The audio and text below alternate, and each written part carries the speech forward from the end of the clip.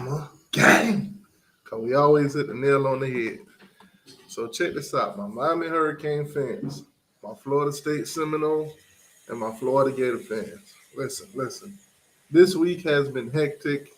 The past couple weeks has been hectic. As you guys can see, man, sometimes it's hard to get some of these shows done. Of course, the Miami Monday, the Florida State Wednesday, and the Florida Gator on Friday. Schedules have been busy and stuff like that. So I think I'm gonna make a change. Wednesday night might be the night we do this all. Obviously, with the way my schedule been rolling, it's hard to, keep my promise. So I'm gonna stick to doing all three all together on a Wednesday night because I need my Monday and I need my Friday. Gotta go make some money. It is what it is. That's tough. Let's get the night show rolling, though, guys. As you come on in, do me a huge favor. Hit the like button. Subscribe to the channel if you ain't already. As you guys can see, subscribers only to get in the chat. So, go ahead and subscribe to the channel. It's 100% free. You don't pay a dime. If you do want to support the channel, financially, you can do so by hitting the join button. It's pretty cheap. That's up to you. No pressure. Also, guys, share the channel. Share the channel with a Florida State fan. Share the channel with a Miami Hurricane and a Florida Gator fan. Hey, tell them come on over here. It's a trash talking safe zone. Nobody's gonna block you. Nobody's gonna try to mute you or tell you not to talk no trash. 100% come talk your trash. It's 100% welcome. We're trying to make this the #1 channel for trash talking between the Miami Hurricanes, the Florida Gators, and the Florida State Seminoles. All three fan base are 100% welcome. And trash talk all you want. Nobody will block you. Nobody will mute you. Nobody will put you in timeout. If they do so, they're going to lose a wrench. That's tough. All right. Keep it respectful, though. Don't get personal. Keep it football. It is what it is. So we're going to talk. Let me get this off the screen real quick, obviously. So we're going to talk about the big three tonight. We're going to talk about the big three. Three games going down this week. Miami taking on Georgia Tech. You got Florida State versus Virginia Tech. And you got the Florida Gators versus Vanderbilt. Should be three easy games, if you ask me, for the big three. But we still got to break them down. We still got to do some previews. Tell you guys what to look forward to, what you might see happen, what might not happen, game plans, coach talk and all that good stuff. Recruiting, that's a 365 thing, don't pay attention to Dan Mullen, and we recruit during recruiting time and games are being played, and recruiting 365. So guys, get in the chat. Let me know where you guys are listening from. Let me know what's up with y'all tonight. Get in the chat for me, please, and thank you. We're gonna do a quick roll call, quick shout outs, to everybody that's listening and in the chat or whatever. And also, guys, appreciate y'all, the ones that always hit the like button no matter what. Always, make it a habit. Appreciate you guys. You guys make this show. You guys carry this show. Without y'all, I'm nobody. Plain and simple. So appreciate y'all. Also, it's open mic. As you guys know, most of my shows, all of them are open mic. I put the link in the chat. You guys can come on in, speak about your team, speak about my team, talk your trash. All of it's welcome here. I'm going to put the link in the chat for any of you guys that do want to join in on the discussions. Like I said, we're going to break down Florida State versus Virginia Tech, Miami versus Georgia Tech, and Florida versus Vanderbilt. So I'm going to put the link in the chat for anybody that do want to join in on the discussion. You're more than welcome to join.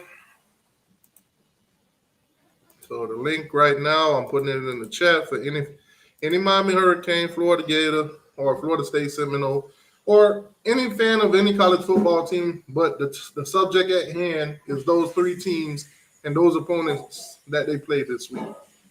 So link is in the chat. Shout out to all my Canes fans. Shout out to all my Seminoles and all my Gators. So we're going to start this thing off, man. Florida State versus Vanderbilt. I'm sorry. Florida State versus Virginia Tech. I mean, you might well say Virginia Tech, Vanderbilt, same team. Georgia Tech, you might throw them in there too, same team. It should be cupcake week. We should dub this week 5 for the big 3 should be dubbed cupcake team. But more cupcakes for some than others. Obviously, Vanderbilt might be a fearsome opponent for the Florida Gators. You know, Gators coming off of that terrible loss to Kentucky up there in Kentucky at Kroger Field. They're looking vulnerable. Now, I do think Florida will win this game. They might scrape it out. Who knows? Obviously, they got a lot going on within their coaching staff, you know, recruiting and all that good stuff. Imagine sending a coach death threats, a special team coach death threats. That's what the Florida Gators are dealing with right now. They're dealing with coaches getting death threats. Obviously, there's a lot of talk about Billy Napier, you know, might be on the hot seat. Could losing to Vanderbilt be a fireable, you know, could you get fired for losing to Vanderbilt? Could this be a fireable offense? We're going to find out this week, obviously. Like I said, I do believe the Gators win this game now. So no Gator fans, you know, get on here, oh, you think we're going to lose to Vanderbilt? You said we're going to lose to Vanderbilt. We're going to show you. We're going to show you. If you lose that game, I might not even have to address you guys for the rest of the year, to be honest with you. If you lose to Vanderbilt, I might not even talk about Florida again for the rest of the year because their fans won't even be here. None of their fans will be here to actually, you know, listen or trash talk or anything. If you think the amount of Florida fans have disappeared since they lost to Utah and Vanderbilt, sorry, they didn't lose to Vanderbilt yet. You think if they, you know, left because they lost to Utah and lost to Kentucky, if they lose to Vanderbilt, it's all over. It's over with. All right, so I got a guest here, Chris. Chris, what's going on? Yeah, what's up? What's good with you, my guy? Just chilling, man.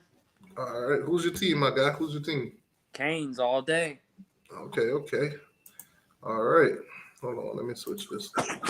There we go. Okay, so like I said, if Florida loses to Vanderbilt, we will not find another Florida fan for the rest of the year. They will all be gone. They'll all be hiding. Listen, if you want to find a Florida fan, if they lose to Vanderbilt, you will have to go to Bikini Bottom. Plain and simple. Bikini Bottom. That's where they all will be. Florida State. Can Florida State beat Virginia Tech this week? Not only beat them by more than 2 points. Beat them by more than one score. Beat them convincingly. Virginia Tech is not a fierce opponent. I don't care what nobody try to build them up as. They are not a fierce opponent. So I don't want to hear the jibber jabber from the Florida State fans telling me like they did when they beat, you know, Boston College by 2 points. Oh, you know, Virginia Tech, there's this fierce team and they always get up for Florida State and it feels like a rivalry game. I do not want to hear that.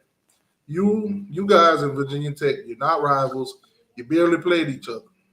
When we was on basically, you know, over on the Atlantic side, and you guys over on coastal Atlantic, whatever sides it was, you guys barely played each other. It's not like the scheduling now where you'll play each other every other year. We could possibly build a rivalry. You and Virginia Tech are not a rivalry. So if Florida State fans beat Virginia Tech but beat them, you know, in the fashion of where they beat Boston College, I don't want to hear nothing from the Seminole. I don't want to hear Virginia was fierce. None of that. That's all cap. That would be all cap, and I don't want to hear none of that. Gator Sam, what's going on with you? What's good? Vanderbilt, man, is that a fireable offense if Billy loses? You want me to tell you the truth, or you want to hear what Gator fans think? Give me both. Give me both. Give me the truth and the lie. So, okay, the truth is, I think we should win that game convincingly. Should is the key word, but that may sound like the Gator fan side, but the reality is, despite all the other teams we played, Vanderbilt isn't too good this year either. They're kind of in that tier with McNeese State and what was the other team that we barely beat? Charlotte. I actually was just looking into Vanderbilt yesterday and this morning to see if they had any wild type of players, and the only thing that I could see on their roster that you know remotely is a concern is probably their helmets. That's about it. Didn't see anything within the helmets or anybody that was in the jersey that was too frightening, or we got to watch out for that.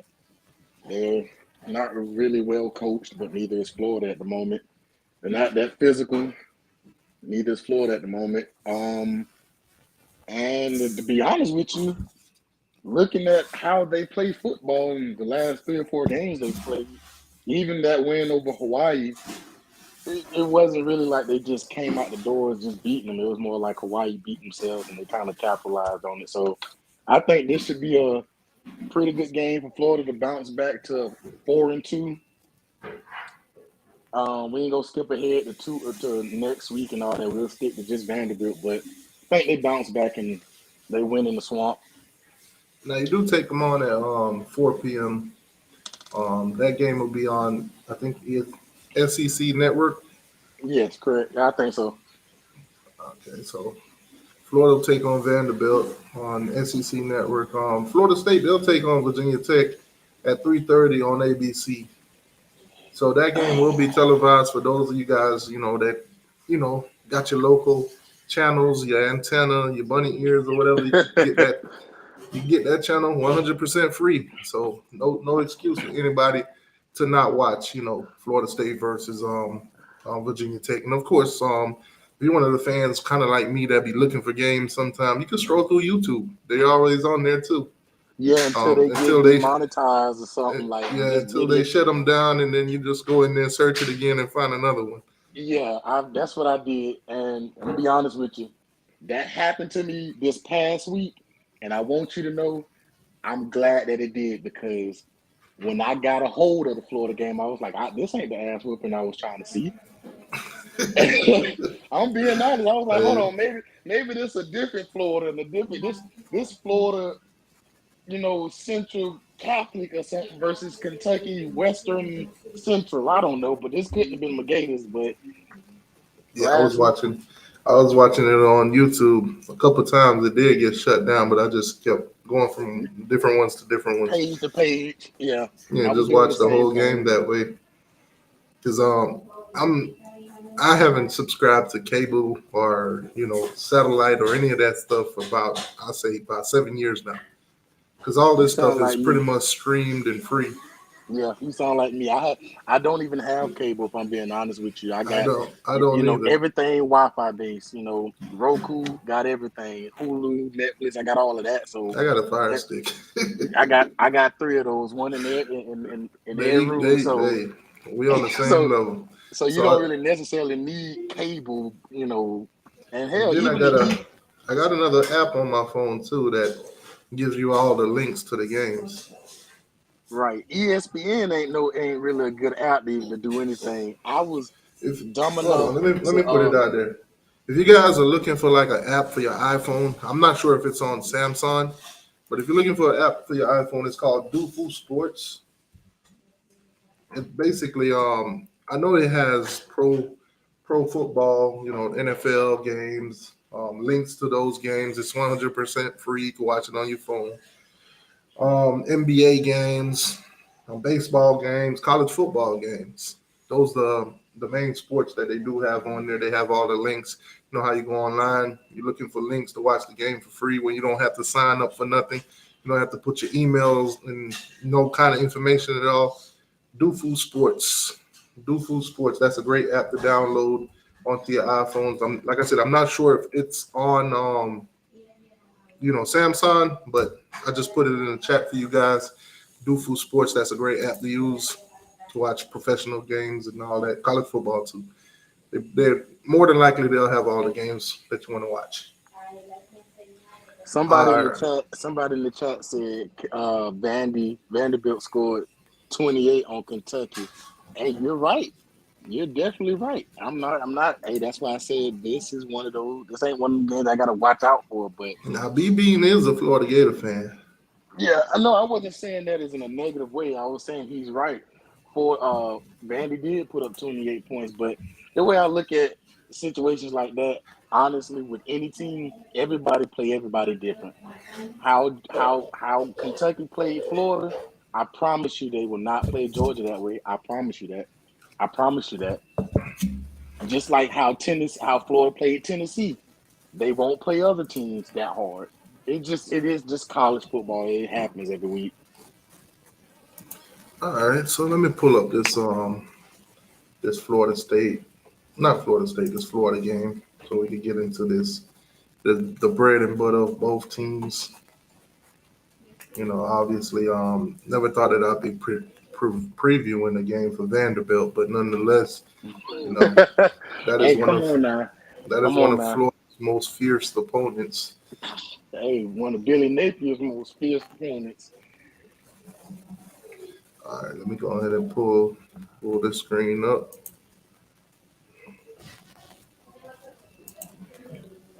All right, here we go.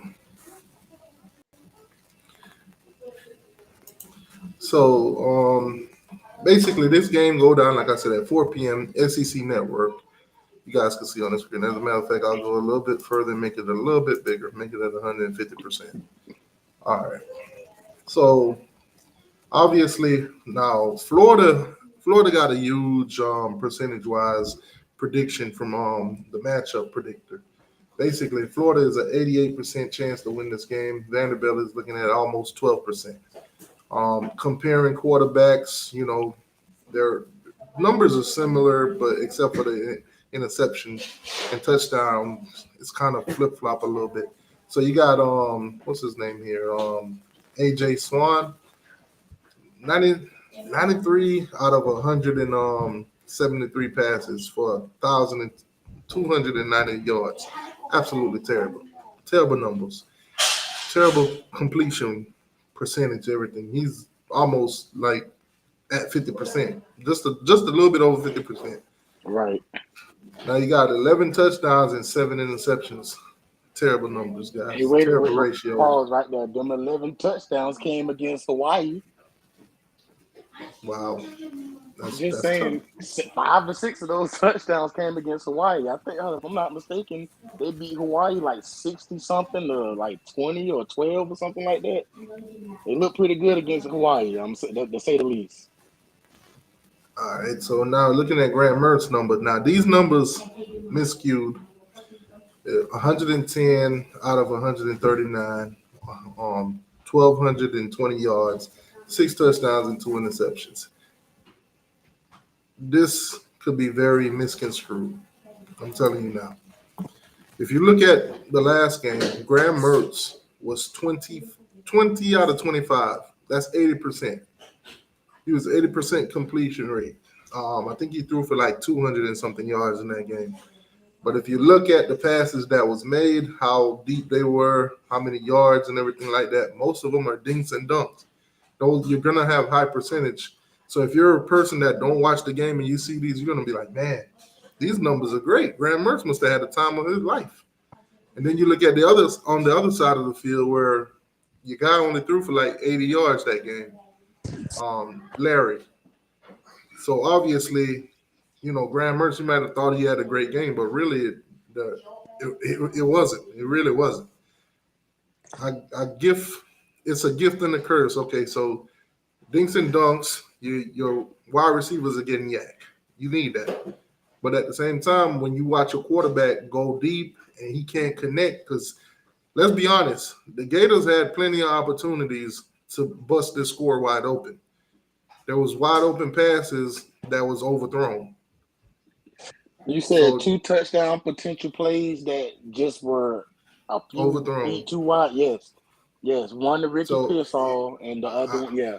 I want to pretend like I didn't see him and act like Florida was just absolutely horrible the whole time. But there was 2 passes that could have been touchdown had they been on the dot on the right in the right place.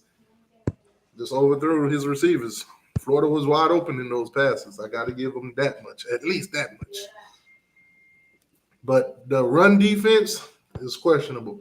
After watching Ray Davis do what they did to Florida, I'm guarantee you, Vanderbilt is going to come out here and absolutely try to run this ball. I would agree. Now their running back so far, he's their leading running back at least on 57 carries, 238 yards, and 2 touchdowns. Patrick Smith is his name. So if Patrick Smith could get enough carries, or if he could get the kind of hole that basically Ray Davis was getting, and the mistakes that the DBs and Florida's front seven was doing, if he could get those same opportunities, then we might see a second week in a row where Florida run defense look terrible. But if they basically addressed all these issues during the week in practice, and we might see a different game. We might see different plan or whatever. One thing I did hear from the defensive coordinator from Florida in the beginning, before the games was even played, he was talking about you guys' defense, how you guys are able to do this and do that, and other teams might not have that two dynamic. They might be just one dynamic, but we got this, that, and the third. It has not shown. So we'll continue to watch. Obviously, Vanderbilt, like I said, is not a formidable opponent, but nonetheless, Trevor Etienne so far 60 carries, 358 yards and 2 touchdowns. Haven't really had a breakout game other than that game against McNeese. No. He had a breakout game against Tennessee. I'm Tennessee. Come on now. It ain't too much positive about Florida offense, but he's one of them. Yeah, Tennessee and McNeese. Those are the 2 games that you basically seen the ETN effect. My question is, why is Billy always put Montrell over ETN? Obviously, anybody in the country could see that he's clearly the better back. He should be getting more snaps than he are. To be honest with you. Can I answer that for you? Because that's a question that I had like somewhat last year and in the first 2 games. And this is my conclusion of that, and what I kind of heard in the press conferences that they be holding for like after the game and stuff. Essentially, right. Billy Napier just wants to be as balanced of an offense as possible. He doesn't want to lean too heavy on run or too heavy in pass and be predictable. And I get it. I a Gator fan. I don't agree with that for this Florida Gator team. You are clearly a run-heavy, run-first offense. You don't even have a quarterback that strikes fear in the secondary. Like, you didn't even disguise it. Let's be real. Let's be real. You didn't even disguise it. You have a quarterback that he can throw to the running backs in the backfield and let them do what they got to do. So, I mean, he wants to be a balanced attack, and the truth is, that only works if you have a balanced offense. You got to have a quarterback that can get the ball 40 yards down the field when needed in the air on any given play if necessary. And the same thing with the run game. You have running backs that can break from 15, 20 yards apart. We've seen it. You can't deny that. We've seen Montrell break some big runs here and there. We've seen Trevor obviously break some big runs here and there. He wants to stay balanced, but it's like, why won't you go with what's working? My personal opinion as a Florida Gator fan, why won't you go with what's working? I know you can't run the ball 100 times, but I mean, Kentucky did. They went with what was working. Devin Leary had a terrible game. He nearly shifted the momentum to Florida side when he almost threw that pick 6. Just saying. Yeah, that was unfortunate for Jason Marshall, supposed to be 5-star, one of the better guys. You would think you would have caught that, and let's be honest, that would have been a pick 6 for real. That's what I'm saying. I get it, but he has no excuse for that. That's a momentum swinger, because now that guarantees the defense that, hey, the offense is going to run the ball. Now we can really press the box like we want to. We can stack the box like we want to. Do Jason Marshall have time to turn this thing around? Because he's not living up to the hype that was going into the season. the hype was he probably would have been one of the first one of the first DBs off of the block when it comes to the NFL draft. So No, far, he's not living no. up to that. So let me get into that. If you look at Jason Marshall's size and his skill set or his tool set, however you want to put that, he has the skill set and the tool set to potentially go to the NFL. I'm not going to tell you first round or second. Just being honest here. He has the skill set and the size to go to the NFL, but it's like he just hasn't put it all together, in my humble opinion.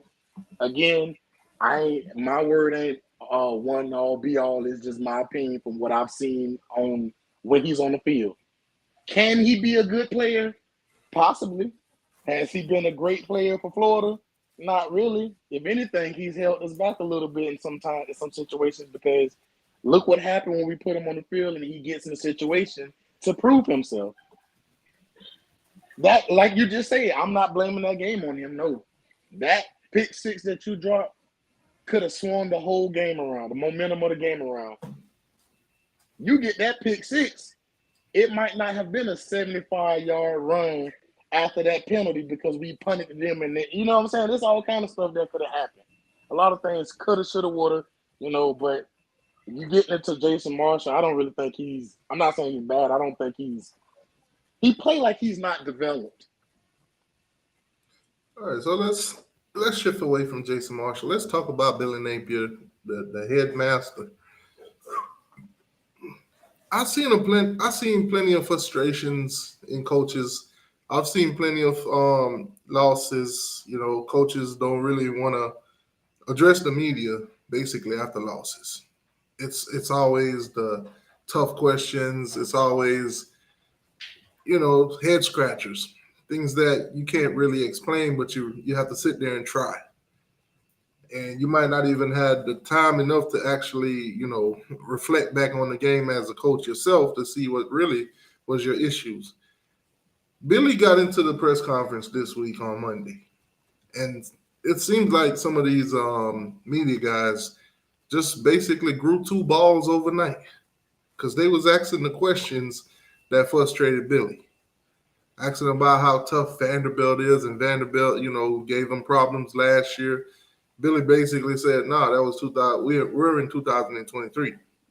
They also, was asking about, what did he see against Kentucky and all this other stuff, and he was like, basically, man, listen, all these tough questions, all this that you're asking now, when we beat Tennessee, it was an accident. It is what it is. It comes with a loss. The tough questions. Billy looked like he was annoyed. Like at any given moment, he wanted to snap, but at the same time, he knows he got to hold back. Did you watch that press conference? Yeah. What was your thoughts on it?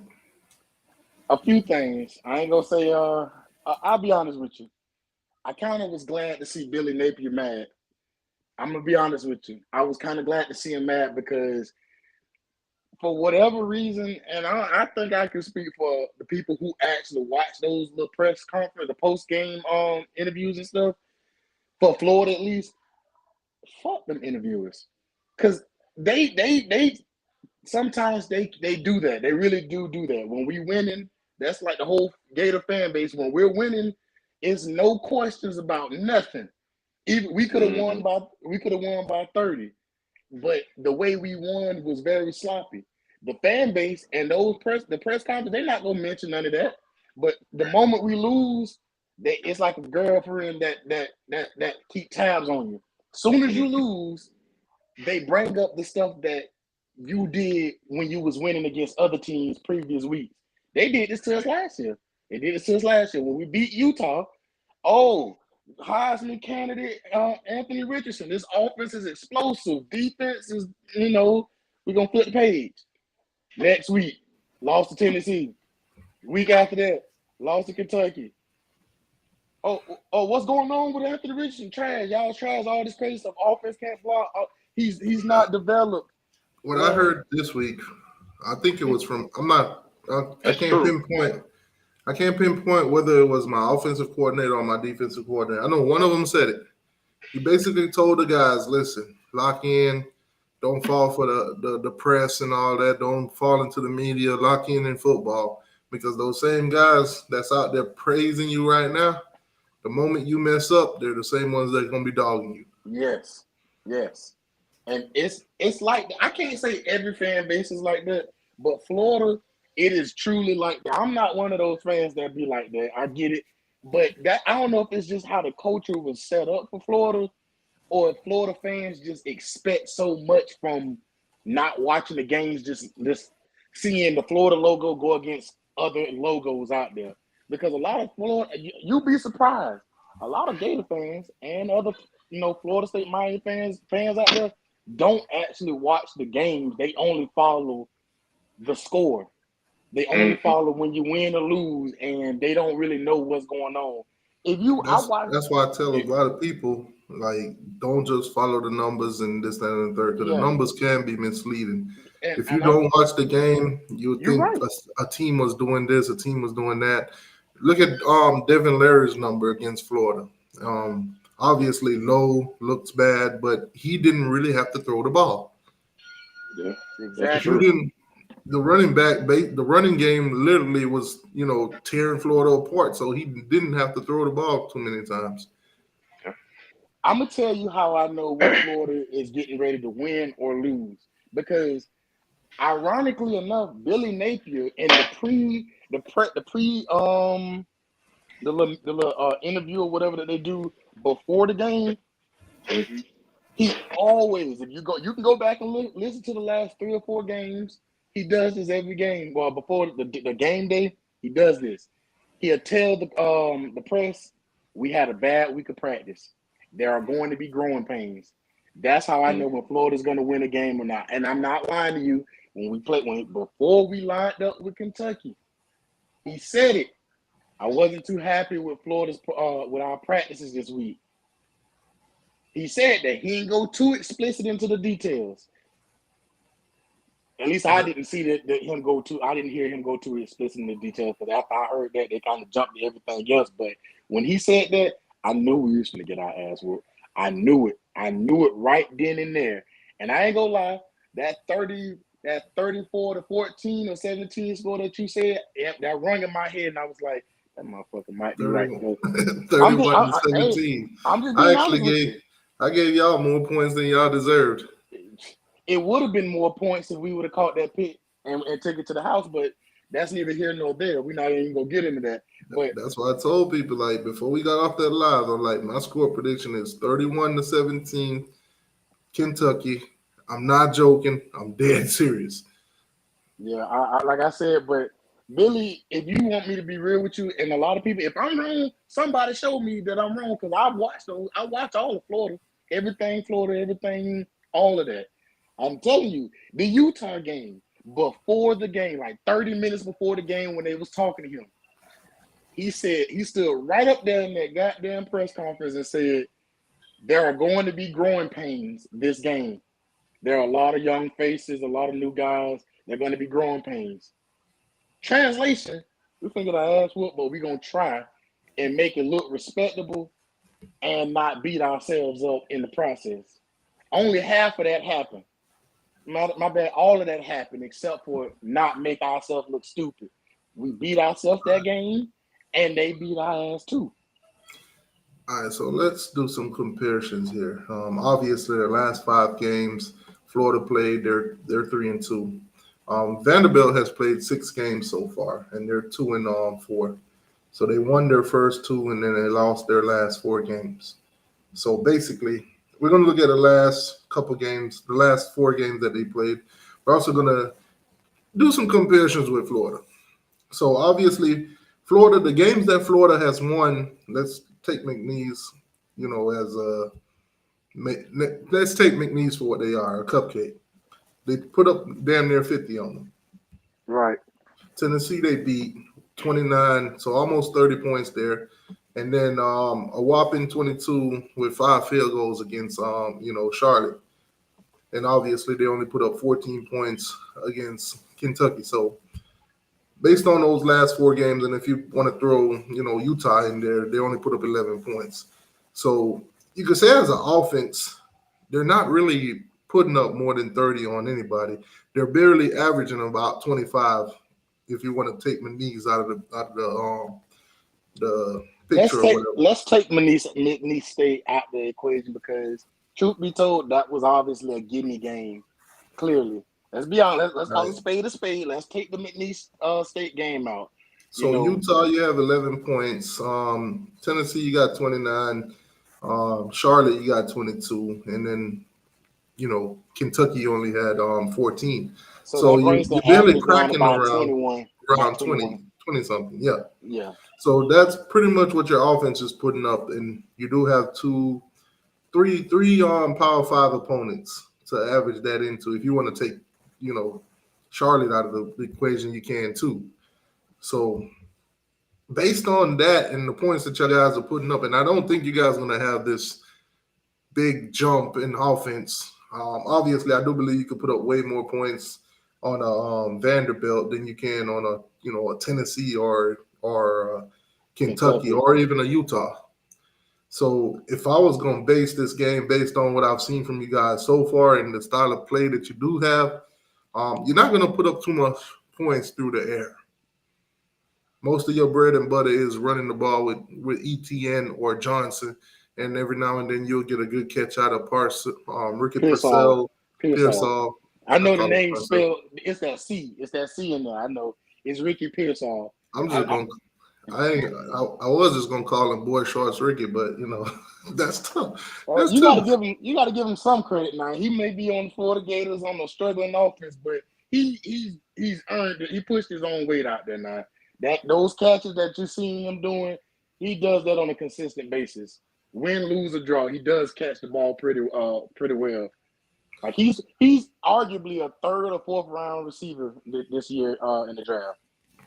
All right, so let's go on over to Vanderbilt. 2 points is that they've been putting up in the last 4 games that they lost. 20, 37. We could take UNLV out the way, even though they lost that game. They put up 37 in that one. 21, 28, 20 against Power 5 teams. So that basically averaged around, I want to say maybe 24 points. That's how much they're putting up in these losses. So based on Florida and based on them, I would probably say this is going to be a close game. I would probably say that you guys probably edge them out maybe around 31, 34, around those numbers. And Vanderbilt will probably end up having around, say, 21 to 28 points. I give them 24 to 28. Well, I give them 24. Kentucky was a much more physical offense. They were just more physical. That's why they beat us down on defense like that. I don't think Vanderbilt is going to be too offensively dominant per se. In my humble opinion, I don't think they're going to be all that dominant on offense. I think they're going to score. I think they're going to score maybe 2, maybe 3 touchdowns. Based on how we just seen Florida got kicked in the mouth, it's ways to do it now. You know what I'm saying? Like I can see 3 touchdowns. But I definitely see Florida's offense being able to move the ball and get in the end zone more than Vanderbilt at least. And not even just saying that from a Gator fan, just looking at it from a logical standpoint and what we've seen on film. I think Florida has the talent to blow this team out. Will they? I don't know. Now, if you look at total yards, you guys are almost even. You got an edge over them by about 20 more yards a game. You guys basically are passing for 250, call it 250 a game. They're passing for 275. They're running the ball for less than 100 yards at 97, while you guys are rushing for about 140. Yards allowed, though, that's where the big, it gets crazy. They're giving up 400 while you guys are giving up 275. So obviously most of their yards they give up is passing, which seem to be your weak spot, basically. Rushing wise, they're giving up almost 150 a game. You guys are giving up 131. So similar numbers, but they give up way more passing yards than you do. you guys are only giving up 144 yards per game, but that number is misconstrued because of the Kentucky game where basically Devin Leary didn't really need to throw the ball. I would venture to say Devin Leary really couldn't throw the ball like that. I'm not gonna give too much to Kentucky's offense. I'm gonna give credit to the offensive line and obviously Devin Leary. I gotta whisper that around here in the state. But Ray Davis. Yeah, my bad.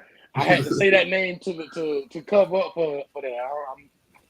There's some KKK members that live behind me, man. Don't let me say that out loud. They really might come and get me. Yeah. But yeah, DL, not DJ Ladway, but DL. Yeah, they had a good running back and a very up for the match. I ain't gonna lie, I was watching that running back putting up all them yards on y'all, and I was like, look at this Manny Diaz shit. Look at this Manny Diaz shit. Oh man, look at Billy Diaz. Oh man, so obviously, man, I think Florida win this game. I won't say they cover the spread though. By the way, the spread is 18.5 Florida. Over and under is at 50. I think Florida win the game. I give them that. I do think they win this game. They're in the swamp. Billy has a good record in the swamp. His Achilles heel is basically on the road. Which we have to do. Which we have to go. We have to play on the road. So that's going to be a tough matchup, man. In 2024, you say Vanderbilt is a tough matchup, and it's tough. Which Gator team you gonna see this week? That's the question. I think what the real question is, and it's you can kind of see it in the experience factor for this team. The penalties, man. The penalties really have been killing Florida's offense all year. You can't argue me that's not true. And let me explain for a second. Florida is one of those teams that they want to get to 3rd and 1, 3rd and 2, 3rd and 3.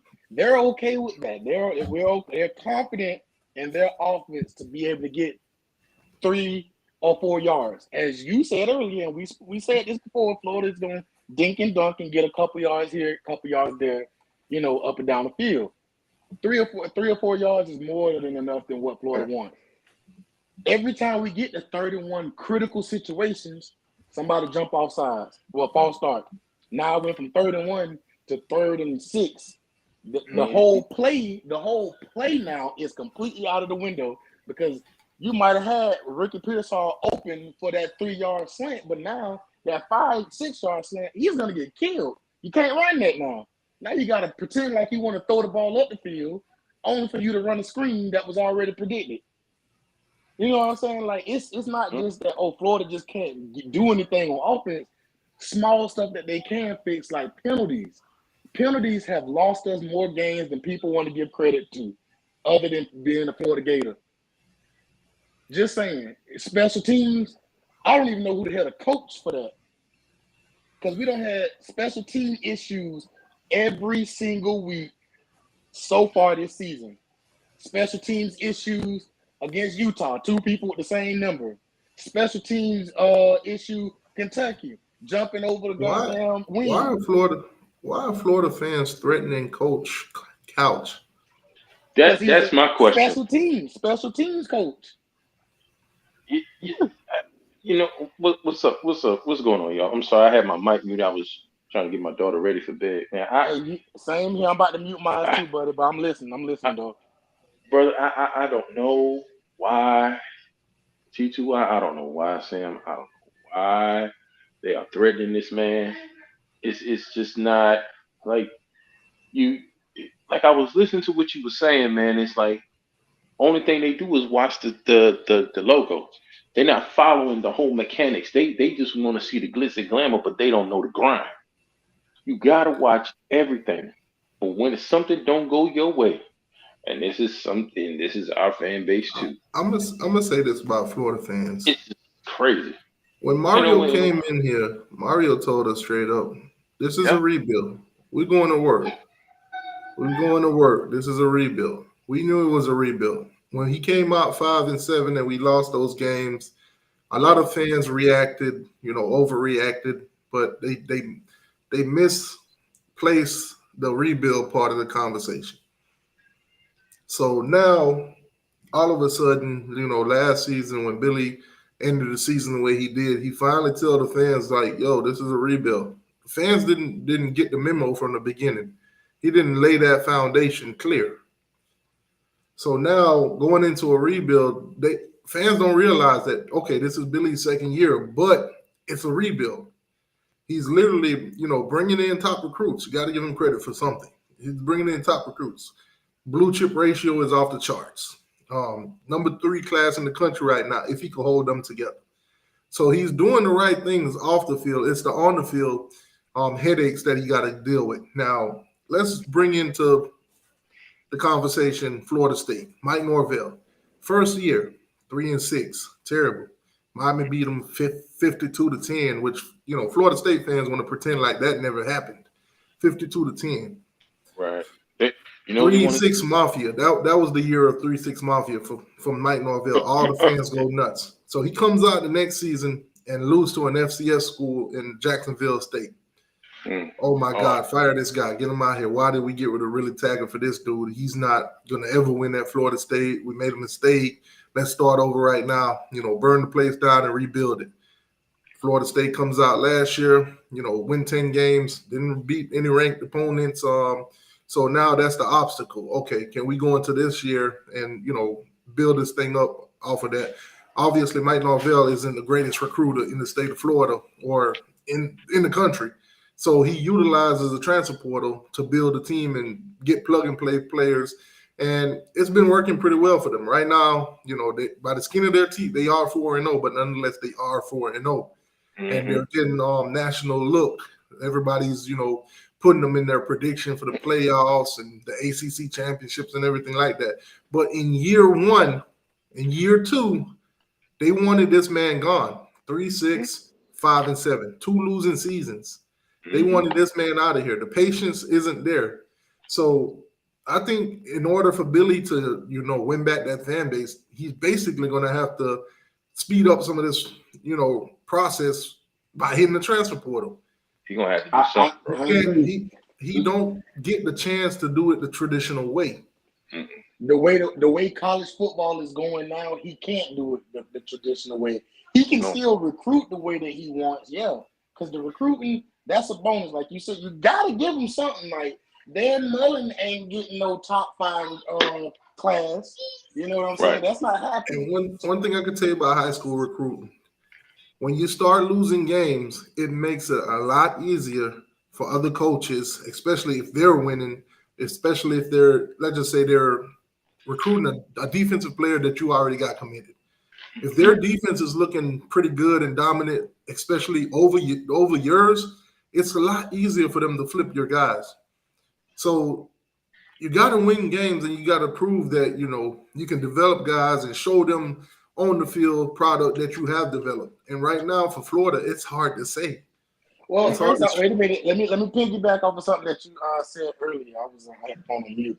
So I watched the little recruiting trail that Billy did when he was when he had like the media days or whatever, when the recruits come inside of the they have little meetings for all the recruits that they want, right? I've seen that before. Billy is telling the recruits, hey, we're not going to be a 10-win team this year. We are rebuilding. But I think what it is, I don't think Billy Napier really explained in detail, which he might not, depending on who you are, you might need that or not. I don't think he really told the fans, not the recruits, the fans, hey, we really do suck. I'm the coach. I know what we have. We have talent, but we're going to suck for a little bit. Bear with me. Bear with us. We're going to get back to that dominance of a team at some point, but it's not going to be right now. It's not going to be immediate. Now, does it hurt Florida a lot when you got Norvell hitting the transfer portal and getting those type of players and winning 10 games? Yes. Does it help you a little bit with not Mike Norvell, but I'll take yeah. it even. I'll take it a little further. Your schedule don't help at all either. At all. It, None at but all, bro. Florida has always had a schedule like that. I don't care what nobody say. I If mean, it's one, let's just say it. This season for you guys is a dud. It's over. You're not gonna win anything significant. SEC championship, get it out of your mind. Playoffs, get it out of your mind. You we already already lost two lost two games, games. Yeah, we already lost two games. Mhm. so If y'all lose to LSU, you really Vanderbilt, gotta boy, bank on winning 6 games, making a bowl game, and trying to use that to leverage recruiting right, and all that good stuff. But right. if your defense and offense continue to look the way that it does, you're gonna lose a lot of those guys that you have in that class. Mhm. I think they lose some. I don't think they lose a lot. Like I'm gonna be honest with you, I'm not saying it as a fan. I'm saying it as somebody that's observing what's going on and how this operates. I don't think Let, let if me play. Florida lost, let's say the only way I see Florida losing a chunk of their team is if Florida they go out here and beat Vanderbilt and then lose the rest of the season. All right, Mm. let me do it this way. I'm Oh, Auburn. There's a guy on Florida's recruiting class. I've been recruiting behind the scene. I've never let up, even though he committed. And the games are being played. I'm looking good. You're not. Yo, man. I call him up. Burp. Hey, yo. You see what's going on? You see what we got doing over here? You see what's over there? Guess what? That kid that you see out there getting toasted, or that kid out there missing them tackles, because Florida missed a lot of tackles this past weekend. Number one team in missing tackles, I think. You see what they're doing, right? That guy that you see missing all them tackles, he's been there 2 years. He's been there as long as Billy has been there, and mhm. no development. You want to be like him out there, missing all them tackles? Look at our guy. He's been with me. I've been here 2 years. He's been with me. You don't see him missing no tackles. You see what he's doing. You see he's looking dominant. He's almost a year or two up out of here, the league, basically. I Easy think pitch. that argument you right, but you going with an Auburn approach. Auburn needed to play Georgia tough in order to have that type of conversation. Because let's be Yeah. real. Let's be real. If Auburn wouldn't have played Georgia, that wouldn't even been the topic of the situation. But because they played the number one team, and respectively so, even though they won close games, they're the number one team, and another team in the division played them tough. Right. That Now looks great on paper. That looks great let's on just say paper. all the rest of the opponents, they play them tough. The ones that are favored over them, they keep it close and everything. They might not win, but they kept it close. They could pitch to those kids like, listen, we are you, one player away. That player is you. You the talent that we was missing out there. You the one basically a year or two, you would have been a difference maker. Yeah, You're what we don't have right now, and use what we need. And let's be honest, there's money. There's money everywhere in college. it is. But I'm gonna tell y'all something. As far as can y'all hear me good? Yeah. Okay. I just want to tell you something. Um, when it comes to that NIL and all of that, with that traditional stuff that y'all was talking about, you wanna recruit traditional? Prime example. Look at Dabo. He don't believe in no NIL. He don't believe in no transfer portal. He does not have the sunshine in the band, KC in the sunshine band no more. Look how he's struggling. You know what I'm saying? The defense is holding it together, but it's not that it factor like how it was years ago because the NIL wasn't really like that a factor. It was money that was being put up under the table. This is the type of thing, as far as an example that I'm saying, as far as for Billy, he's going to have to do something as well. Now, as far as Billy, right now, y'all have to win games, okay? And y'all have got, like T2Y, like you said, you have to have something to at least get you to a bowl game and win the bowl game because now this season is about effort. You have to show these recruits y'all have the number 3 recruiting class, correct? If that's still the same case, you'll have to show effort. You have to show effort in winning your games, applying the effort in preparing for your games, applying effort when you're playing them and finishing. That is what has to happen in order for Florida to keep at least 80% of, at least 70 to 80% of their class. Okay, if they finish in like if they're not top 3 and they finish like top 7, but you go 6, let's just say y'all go 6-6, but you win a bowl game, you 7-6. They're gonna look at this. These recruits is now looking at it like, okay, well, they didn't have the best season, but the effort that they put in. You know what I'm saying? Plus, they're saying, the coach told me it wasn't going to be the best. Let's just say if he told everything, they said it wasn't going to be the best, but we Chris, you got gotta let Chris, something. you gotta land the plane. No, DJ I'm just Ferguson saying, said a whole like lot we of just mess. say, I'm just saying, like you got to show some kind of effort for something. You got to salvage the season some kind of way. Is basically what I'm saying. How you do it, has to remain to be seen. All That's right, all I'm so saying. we're gonna shift focus, obviously. Virginia Tech versus Florida State. That's a Oh game that's boy. being played this weekend. ABC 3 p.m., 3:30 p.m. Virginia Tech is only given a 5% chance of winning this game. Florida State is highly favored. Um, let's see here. Florida State is 4-0 and 2-2 in conference. Obviously beat Clemson and Boston College. Both was tough games for them. Um, Now, when you look at Virginia, they have lost to all basically unflattering opponents. Man, what's their They're record? they're Let me see. sitting at 2-3 right now.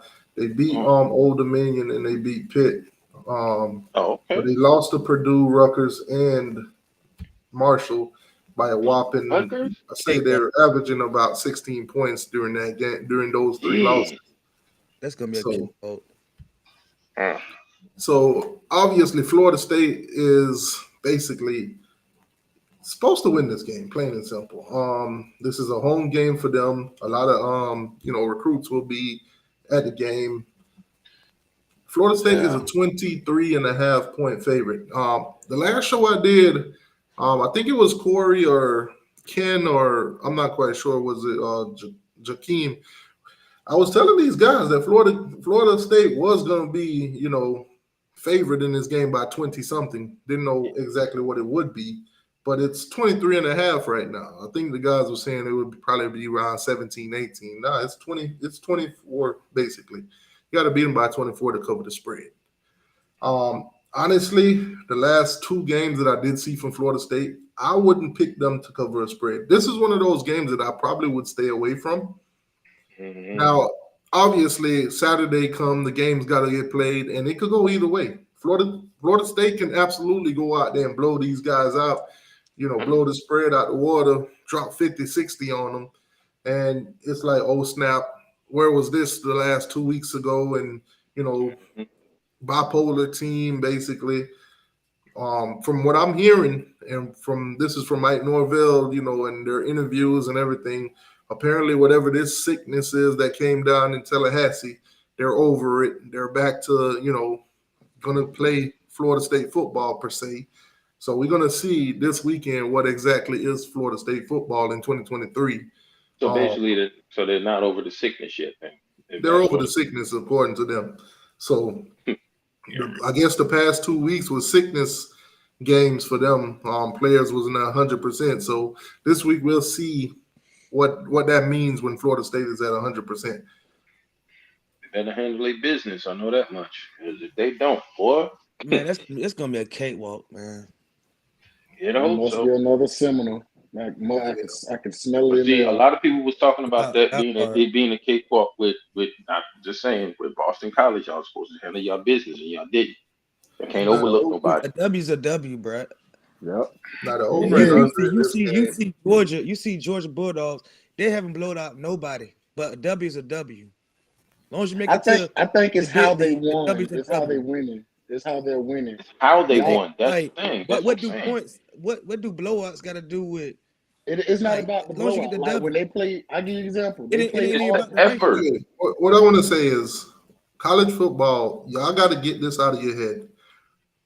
Everybody comes and say a win's a win. In college football, it doesn't necessarily mean that.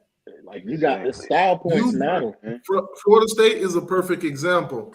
2 weeks in a row, you won your game. You beat Clemson. You beat Boston College. You about to You say didn't. You Bethune-Cookman. dropped. But You look, dropped in the but rankings. check me. Why do you drop after a win? Because other teams that are just as talented or maybe more talented than you dominated their opponent. No, they Dominant didn't. wins. Georgia ain't dominate. Dominant Auburn. wins equal style points. You said So what? obviously, I said Georgia didn't dominate Auburn, and they still at number 1. Georgia came back from 10 points in an away game and won that game. And they That's didn't go what. into overtime either. And Auburn isn't Auburn a solid team under Hugh Freeze I mean, for the most part. for the most part, right? I'm not giving no credit to Auburn at all. see, it's not I'm just saying. necessarily like how It's not about the win, it's you about got how to you stop play to get the comparing to dub. Georgia. Yeah. You got to look at Florida State games as a total. Boston College, 18 penalties, 120 yards, and yet they still only lost that game by 2 points. That's horrendous. There's no reason Also- why.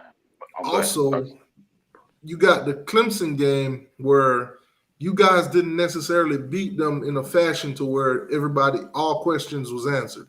It wasn't There's convincing. still questions right now. Had this not happened, had that not happened, Clemson would have won the game. If you play this game 10 times, 6 or 7 times out of it, Clemson wins. So that's Not more the than that. difference. See, the problem with y'all sit up there, y'all get these points and everything else like that. And I'm taking me being a Kane fan out of it. You get these points and you get this lead, and then you just take your foot off the gas. You can't afford to do that because you're going to mess around and do that with the wrong team, and they're going to sneak up on your ass. Florida Being State is honest. not a disciplined enough team to basically But take y'all the know foot off this the are gas conference on games y'all anything. talking about, right? It doesn't matter. It doesn't matter. The same conference game that you're talking about. We watch you guys struggle with Boston College, and then the next week we watch Louisville blew them out the water. But you guys are Louisville ain't trying. comparably a better team than Louisville. So what's the difference? Effort. Y'all got them down. Keep them down. Louisville blew them out. They didn't commit 18 points against Louisville.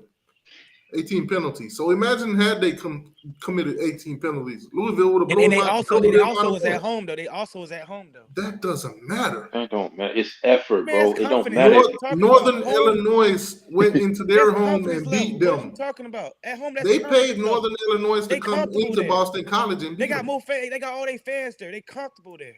Let me tell you something. You can have all the fans you want to. Your effort is going to follow you. That don't have nothing to do with When anything. has a stadium ever won a game? Effort wins games. Teams go on the road all the time and win. If you're a disciplined and dominant team, it doesn't matter where you play. For real, bro. It don't. Because you're disciplined. You're going to carry that wherever you go. We're not taking the win away from you, but it's how you win. If Florida State play Florida State football, whether it's at Doak Camp Stable or wherever you want to go across the nation, if you play that same football, that same tough football everywhere, you should win. Not just at home. That's a Gator mentality. Because that's what we've been seeing from the Gators. Hey, look, Billy's been winning at home. He just can't win on the road. Hey, look. I think he's like 1-7 on the road. You're gonna get off. You're gonna get off of us. It'd be like that. I mean, y'all didn't deny it, but hey, y'all. We just talked about the type of schedules Florida be having. Y'all play the motherfuckers on the road. It's tough, though. I'm just saying, but that's not an excuse, though. That's not an excuse, you have a though. team that you're absolutely more talented than, more physical than, in all aspect, y'all should have won that game comfortably. Y'all should blew Boston College ass out. That game And when should've been you over at watch halftime. teams go in there and play with lesser talent than you and beat them dominantly, it says something about your team. Exactly. It does. For real. But before you get off of that, T2, one thing you got to throw in there, which is what you said earlier, or what we're talking about, the eye test. If you just looking at stats and then the little highlights that ESPN like to show you, you would think a completely different story about Florida State. You would think they have no weakness. You would think that they're the number one team in the country. You would think Jordan Travis is the Heisman reigning candidate. You would think all this in a box of rocks about FSU. Not taking nothing from them because they undefeated and they'll probably beat the hell out of Florida right now, if we're being real. So I'm not taking nothing from That's FSU. why. I'm just That's keeping it why real. when it comes to Florida State, a lot of the headlines that they're pushing, I can't follow. Right. That's what Because I'm I saying. watched them play every single game they played this year. I watched all 4 of those games. And Yeah, some The of Florida those games State, were not convincing. the Florida State that the nation, ESPN, ABC, all those networks that are trying to push, I can't buy into that narrative because I watched them play. Florida State is not that good. a lot of duct tape and They're glue holding this shit undisciplined. together. They make a A lot. lot of mistakes. They don't They, execute a lot. they Tell one you, holding They, penalty away in the fourth quarter from losing the game. tell Florida you, State falls asleep in games. a lot of duct tape and glue holding this shit together, boy. I'm telling you. You gotta have a solid Now, foundation, bro. while That's we're all on I'm the saying. subject, of Florida State, Sarge in the building. What up, Sarge? What's going on, boss? The champ is here. I I knew he knew was that gonna was say coming. that shit. I knew it. I I knew it. seen Damn him in the it. chat. I seen 15 All right, so more. speaking Damn. of Georgia now, Georgia has a wide receiver that was committed, a 4-star wide receiver, Napier. Decommits from Georgia. We start seeing a lot of hype. Maybe it's Miami, maybe it's Florida State and all that. Then Florida State fans started pushing narratives. Oh, Miami might have paid him to decommit from Georgia. Then we see Florida State beat writers and former beat writers putting out narratives that Florida State got the momentum for him. And then obviously predictions came out this week that Napier will be a Hurricane. That's the prediction from Will Fong and from Chad Simmons over at 0-3. Those are the guys that basically headlines all the crystal balls. Their crystal balls is the one that counts the most, I guess. So he's being crystal ball to the University of Miami. Now the narrative has changed at Florida State. I'm seeing their fan base saying, "Oh, we didn't want him in the class. He got pushed out. We got other guys that's better than him. That's more Sound like war priority than chant. him." That's the war chant tactics. So basically, they're saying that, oh, they didn't want him. They got too many slot receivers and all this. And yeah, okay. It was all good just a week ago. Exactly. Now, yeah, shout out to Napier. They was also pushing the narrative that he was going to make a visit this weekend to Florida State, and he basically shut that down on Instagram, saying basically the rumor about him going to Florida State for this weekend for the game, that's dead. Really? He don't want to have nothing to do with Dope Cam Stable. That's tough. Why would you? It's a terrible place to be. You don't get no reception over there. The women have AIDS. It's just a terrible area in Florida. Damn, bro. No, damn, man. You swinging for the fences, ain't you? Cold-blooded. I'm gonna swing for the home run, and they don't got no bathrooms. They got to use porta potties. They got to get a first treatment. They got to get a first treatment of the night. Got him! Got him! That boy said the women up there got AIDS. That's tough. I know, man. Damn. That's tough. Guys, make sure you guys are hitting the like button, subscribe to the channel, and all that good stuff. So, Florida State, this game, I think, is really going to tell me what I need to know about Florida State. Whether to take them seriously for the rest of the year, basically. If they go out and struggle and, don't blow out Virginia Tech, my mind is set on them. They're a mid-team. They're a team that's probably just a tad bit above average. Most of the opponents that they play, if they do win those games, it's because, well, those guys just quite ain't as talented or maybe as physical. But LSU has the worst defense in the Power 5 right now. Do they really? Yeah, Florida State is still banking on that win. They're still banking on that win. Florida State fans try to convince me every single day that their win over LSU was better than our win over Texas A&M. So you're saying that? So Sarge, wait a minute. So you're saying that their defense is the worst. So that means that their shit is worse than Vanderbilt. Now I got something to be worried about against Vanderbilt. I Now I thought gotta that was the say worst in this. every category. Yeah. If Boy. we got a key game coming up, Texas A&M versus Alabama. If Mm. Texas A&M Yes. goes out there and beat Alabama, that Woo. Miami Hurricane win against Texas A&M is going to look absolutely beautiful. It is. Yes, it will. It'll be draped in Because gold. if you look at the numbers that Texas A&M been giving up touchdown wise, they gave up like 6 against Miami. They haven't given up more than 2 in a game against anybody else after. Damn. It's gonna Where they- look good for y'all because Alabama has a struggling offense right now. So it's gonna look good when they play Texas A&M because I don't think they're gonna score that many points on A&M this game. They still Where they gotta playing? get want Where they Texas- playing at? I want Texas A&M to win that game, but I know for a fact in my mind that I'm taking Alabama. Yeah. That's Because Where you they know playing Jimbo at? gonna mess it up, bro. he Of gonna course, piss he it away. always He gonna does. piss That game down is his in leg. Tuscaloosa. I think Oh, it's in yeah. Tuscaloosa. I can't even say, No, College that's a Station. dub. It's in College Oh. Station. Oh, it's at Oh, College it's a Station. College Okay. Station? Ooh. I still like Bama. Ooh. If there's ever been a year to strike, I think it's Would be now. now. Yeah. Yeah. Because And right Yeah. now, it's like that Alabama, for Shout out to a lot of Yachty, people have man. been counting them out, but Alabama's not totally out of this thing yet. They still got to play them on the field, but Because statistically Alabama's, speaking, Jimbo's gonna Alabama, mess it up. I think so. Alabama, if they beat Texas A&M this weekend, they will be the favorite to come out of the West. Right. If Texas A&M win that bitch. Ooh. If Texas A&M win, they'll be Jimbo the gonna favorite find to a way come to out. mess it up.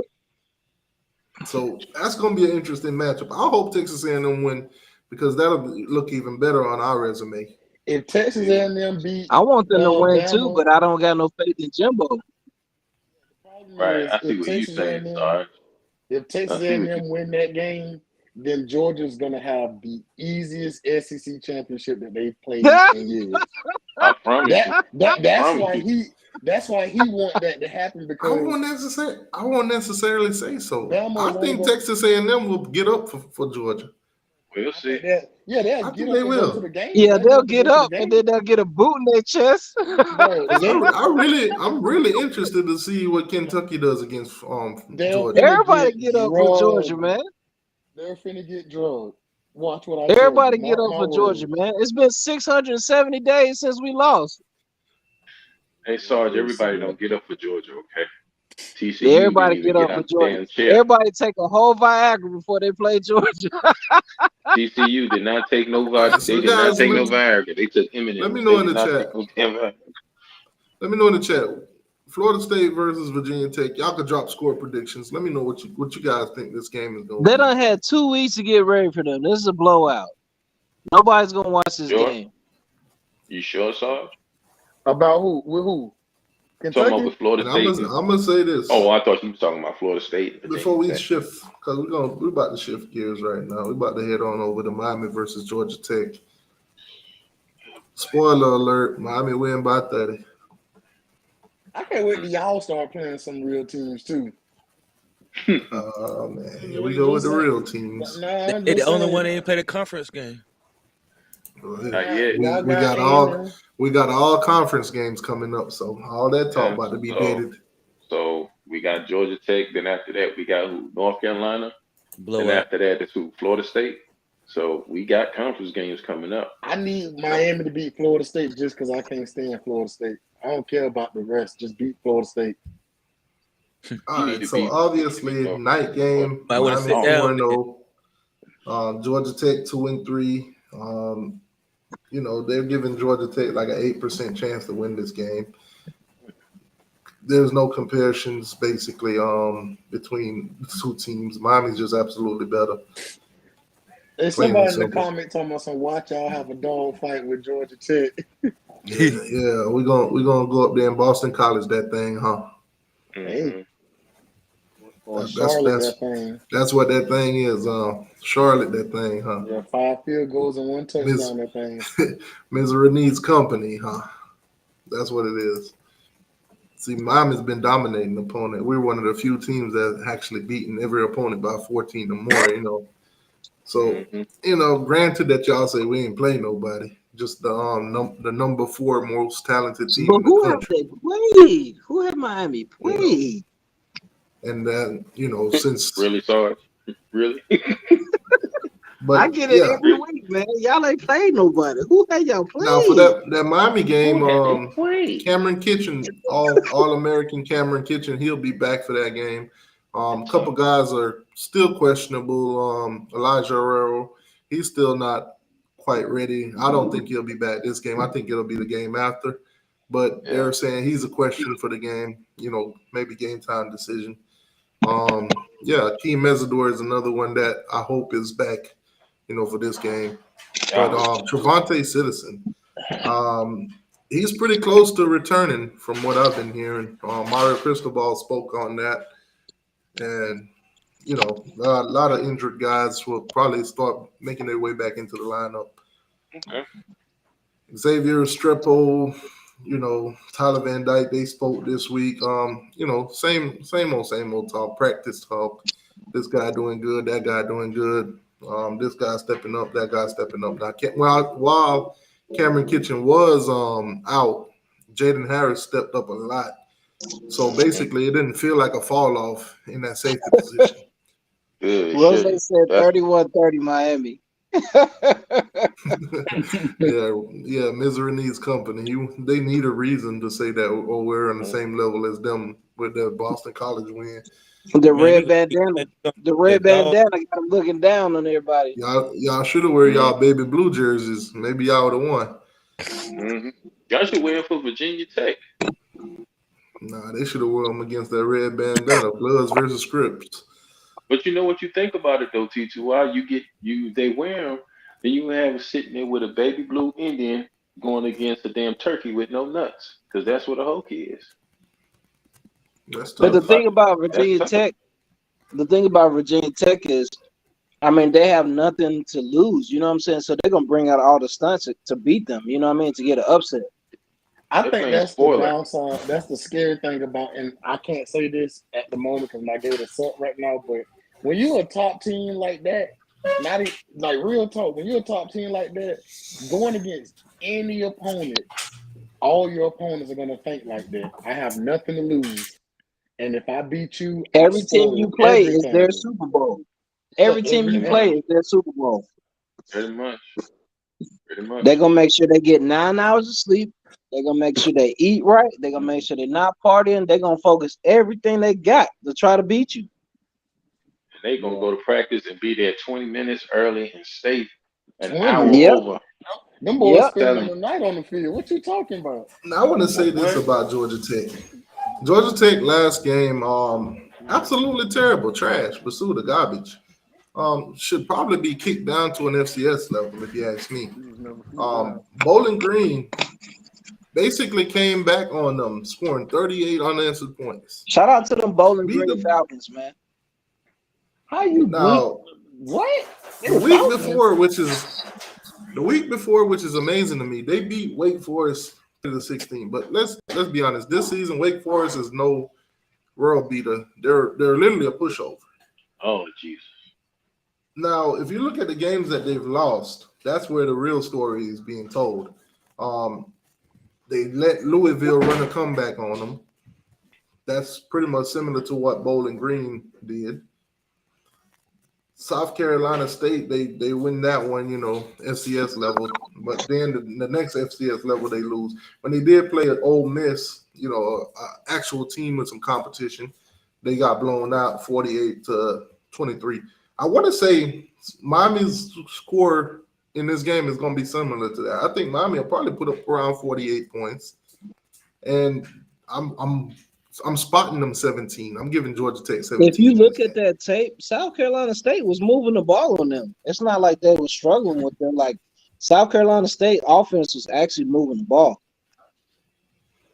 up and down. I'm gonna go out of the way and say Miami beats Georgia Tech. You know what? I'm going to take this score right here on the screen. I'm going to go with 48-13. Miami. 45-14. And the most I'm going to give them is 17 points. 42-17.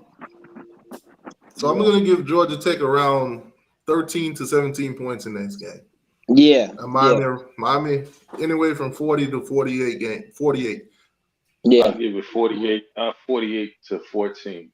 Now, Hey, obviously, TTY, this is a blackout FSU fans game. want y'all to win by 2 points. No, they want us to win by 1, so they could have something to talk about. Right. They want us to lose this game. They don't even want us to win it. Right. So, oh please. So obviously, after Georgia Tech, which I think we're going to knock them off, we're going to look dominant doing so. 48 to 13. I'm gonna stand on that score. 48 to 13, Miami. Then we'll get into some real competition. Because the next game we'll play North Carolina. Next after that is Clemson. So all the talk that Miami hasn't played anybody. Saw your phone buzzing. I don't know what that was. So all the talk that Miami hasn't played nobody in a week or two, all that will be subsided. Basically, we'll get into the how did they beat North Carolina? If they beat North Carolina will be a formidable opponent. Plain and simple. I think Miami handled business this week. I hope North Carolina handles business this week. I'm actually hoping that game day is at North Carolina. Obviously, Washington and I think Oregon play each other, so that might be a tough one to choose from. But I'm hoping that game day will be at North Carolina. But I definitely think Miami will knock off Georgia Tech easily. Yeah. You guys can put score predictions in the chat if you want. I know the Florida State fans gonna hate. There's no Gator fans in here, so we don't have to worry about the hate of that. Misery loves company. They're not finna be in here after no loss. Now, for the Gators, the next matchup is what? South Carolina after Vandy. Yeah. They should have 2 good weeks to recruit. You said what? Y'all should have two good weeks to recruit. Build up the morale of the fans and the players again. So the thing is, I'll say this, and this ain't an opinion. This is kind of a fact. The truth is, with that South Carolina game, Florida generally, statistically, plays South Carolina pretty well. Like the matchup is pretty, it is in our favor. If you look at the last 3, 4, 5 years of us playing South Carolina, because we play them every year, that's not a game that we just in the past is like, damn, we got to play them again. It's one of those games that it's like they're like another Tennessee for Florida. I'm not saying that they don't have a chance to beat Florida. I'm not gonna say that. I'm not saying that. But South Carolina, home or away, that's one of them games where, there as long as you do what you're supposed to do, like run the ball, you should win that game. Now, when you look at Miami versus Georgia Tech, Miami this season has only given up 48 rushing yards per game, while Georgia Tech, on the other hand, is giving up 224. Also, but the thing for Georgia Tech, they've mostly depended on the pass because they've basically thrown for 300 plus almost every game. They're averaging about 300. So obviously, Miami can stop their run, which is not their bread and butter anyway. So we're going to highly depend on our DBs and especially our front seven to create havoc in the background in the backfield. So if we could create a lot of pressure on that quarterback, Haynes King, which I think he transferred from Texas A&M, if I'm not mistaken, last season. If we could create a lot of havoc, then we could definitely win the game and win it dominantly. But we basically got to work against their pass. That crazy thing for y'all is, and I got to say this because it's been different and I've never seen this before. But Miami, y'all offensive line is leagues better than what it's been in the last 30 years. Leagues, your offensive line. I'm just saying from my point of view. Y'all say that louder for all the Florida State haters in the chat. I'm just being honest, like some stuff you can see on the field. This year, y'all offensive line, as of right now so far, Y'all have one of the better offensive lines in the country right now, and it shows because y'all head coach is an offensive line, defensive line coach. He started building from the trenches on up and got the skill around afterwards, which is a smart way to do things. If you ask me, if you're a coach, which I think all coaches should do. But y'all offensive line look a lot better than it has since I've been alive. Exactly. My guys say they are big and nasty. Exactly. All on NFL bound. Now, obviously, the line came out. Miami's a 21-point favorite in this game. Over and under is set at around 57.5. Weather is looking to be looking to be around 82 degrees. Of course, here we go. Miami's old line hasn't faced anyone. Texas A&M defensive line. Texas A&M defensive line is way better than Florida State's defensive line. They're talking about y'all really expect Miami. Florida State got Jared Verse to come back to create absolutely no stats. He could have went to the NFL last year. Shout out to Verse, man. Then we look up, he had 4 tackles in 3 games or something like that last time we checked. He had some stats against that Clemson game, didn't he?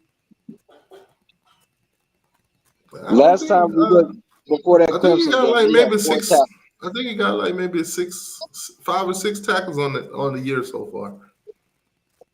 This is what you came back to Florida State for. You could have went to the NFL, been the first rounder last year. I see they found Keon Coleman and they took him off that wanted poster with that missing poster. Yeah, he was balling against Clemson, man. Hey, that's what that Amber Alert was all about, huh?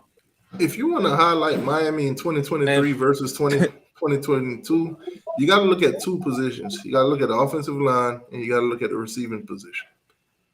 That's where the improvement is at the highest. Offensive line last year was banged up.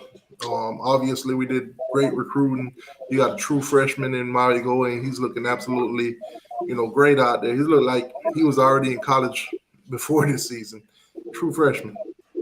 That hurt a lot as a Gator fan because we was trying to get him so bad. We wanted him so bad. Coming off the bench, Samson, he's looking pretty good too, and that's another guy that Gator swing and missed on too. Yeah, Samson, Okunlola, and the other Tommy Kinsler was once committed to Florida, flipped from them and came to Miami. Those guys are looking absolutely phenomenal. Is Florida still going to have a top 5 class? I think they'll probably finish at 5. Because I do think they'll finish at 5? Yeah, I do see them. Go back in the room. I do see them. Georgia's going to flip that big nose tackle that we had that just recently decommitted. I think one of our linebackers eventually flips. Personally, I think it's going to be Hayes. I think where you think you flipping to? I'm going to be honest with you, and I'm not just saying this because it was just past weekend. I think he flips to either Auburn. I think it's Auburn. At the moment, I'm not even going to say the other teams, but I think at the moment, I think it's Auburn. KJ might flip to Auburn too. The Miami Hurricanes. KJ might flip to Auburn. KJ Bolden. You talking about Adarius Hayes? He might flip to Miami. I'm not gonna knock it because ain't no telling with these kids. We don't know them personally, but at the moment I see it's Auburn. But I can say the same thing for other players around the league too. I'm gonna say that Auburn jump, throw it out the window. Adarius gonna flip. If he gonna flip, he going to Miami. You think so? That behind the scene relationship is there. The number 1 D lineman in the nation out of modern day will be signing with Georgia on October the 14th. Great.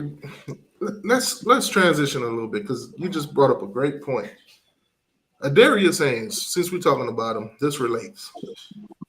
He never took an official visit to Miami. He took an unofficial. You seen the great photos of him in a black jersey with the chain around his neck. Probably the best moment of the kid's life. There you go. There you go. But Man, today, when to go no Miami, man. You tripping. But today, we see news break that the NCAA is basically getting rid of kids going on unofficial visit, taking photos, doing the photo shoots and all of that. So moving forward, if you're on an unofficial visit, you can't do that. You can't take photos. You can't put on the jerseys and all that. So the great moments that you seen with Darius Haynes in the Miami Hurricane black jersey with the chain, with the biggest smile on his face, you won't see those no more unless it's an official visit. Stupid, right? Yeah, that's pretty dumb. They also they're trying to make a rule for a new deadline for when kids can enter the transfer portal.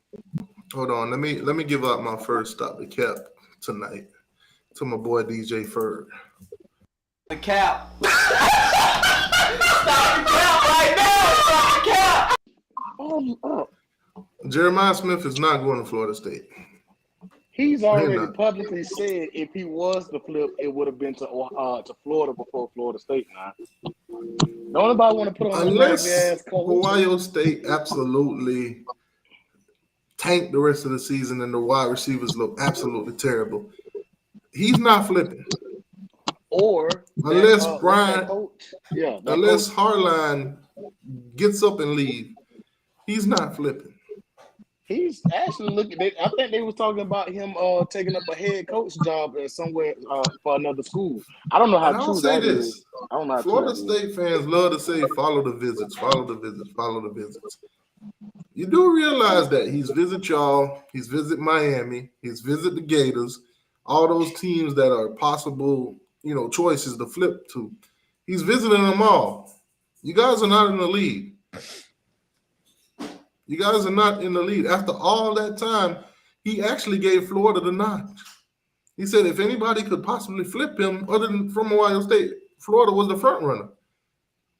Now, obviously, I listen to a lot of, people that's on the inside. And basically, from the kid himself, if Miami go out there and prove it, which they are doing right now, that they could, pass the ball, that they're a good offense, that's the hometown team. It's a possibility that he comes to Miami. Right now, out of all of the big three, receiving wise, Miami's at the top. Napier is supposed to come to Miami. Napier. He saw a lot of these guys seen what they needed to see in those first 4 games. They saw that Miami is gonna basically throw the ball. They saw the offense that we have this year is nothing to what there was last year. It's unbelievable. It's not even comparable. Josh Gaddis was ass for Miami. I'm gonna say for Miami because for some reason at Maryland he's doing pretty good so far. Maryland is still undefeated. Well, that's to a little brother at quarterback, bro. He the whole team.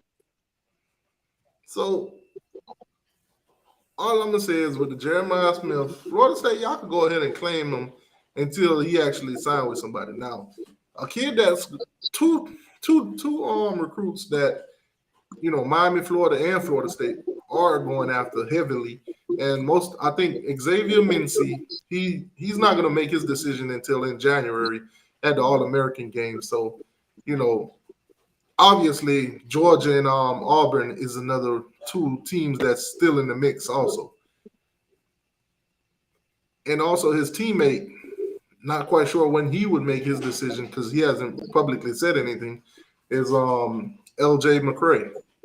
Yeah, we definitely don't believe that LJ McCray. I don't believe that they're a package deal. Now Florida State is already making claims for LJ McCray just because he set up a visit. Oh wow! I don't know why they would do that when LJ is probably LJ and the number 1 lineman. That might go to Georgia, but I think we get Breland before now, LJ. Speaking of Breland dropped the top 3. It's Miami, Georgia, and Oregon. Yeah. So don't count out Miami in this mix. Breland spent a lot of time, and he's talked to the coaches a lot. And Mario is reluctant. He's not going to give up until signing day. Until that kid signs, he's not giving up. I would not be surprised if we land that kid. Especially the way that we're playing right now, the defense is looking good. Miami's defensive line is looking pretty dominant so far. I could have sworn they said Williams Nwaneri was the number one defensive lineman. He's the number one pass rusher. I don't want to hear that. Overall, man. Those narratives are pushed by different sites. Because you might have 247 that says this. You might have rivals say that. I don't go by 247. 0-3 say something else. Because if you look at some of the ratings that some of these kids get on one site, it's not the same on the other. Yeah. Breland plays inside. Breland plays inside. Nwaneri plays outside. I'm just saying. Obviously, the high school games are being played right now, so. Basically, come National Signing Day or early signing day, some of these kids are going to be, reevaluated. Some of them might go up in the rankings. Some of them might drop based on, the numbers they put up and how they perform this season. Yeah, perfect example. Florida's quarterback commit, DJ Lagway. He's looking phenomenal. Yeah, he's granted, and he's in the side. Granted, a lot of people are questioning the competition that he does play, but even if they are soft for competition, he's totally dominating. So you can't hold. They don't have Dylan as the number one quarterback anymore either. Dylan Raiola. They don't have him as the number one.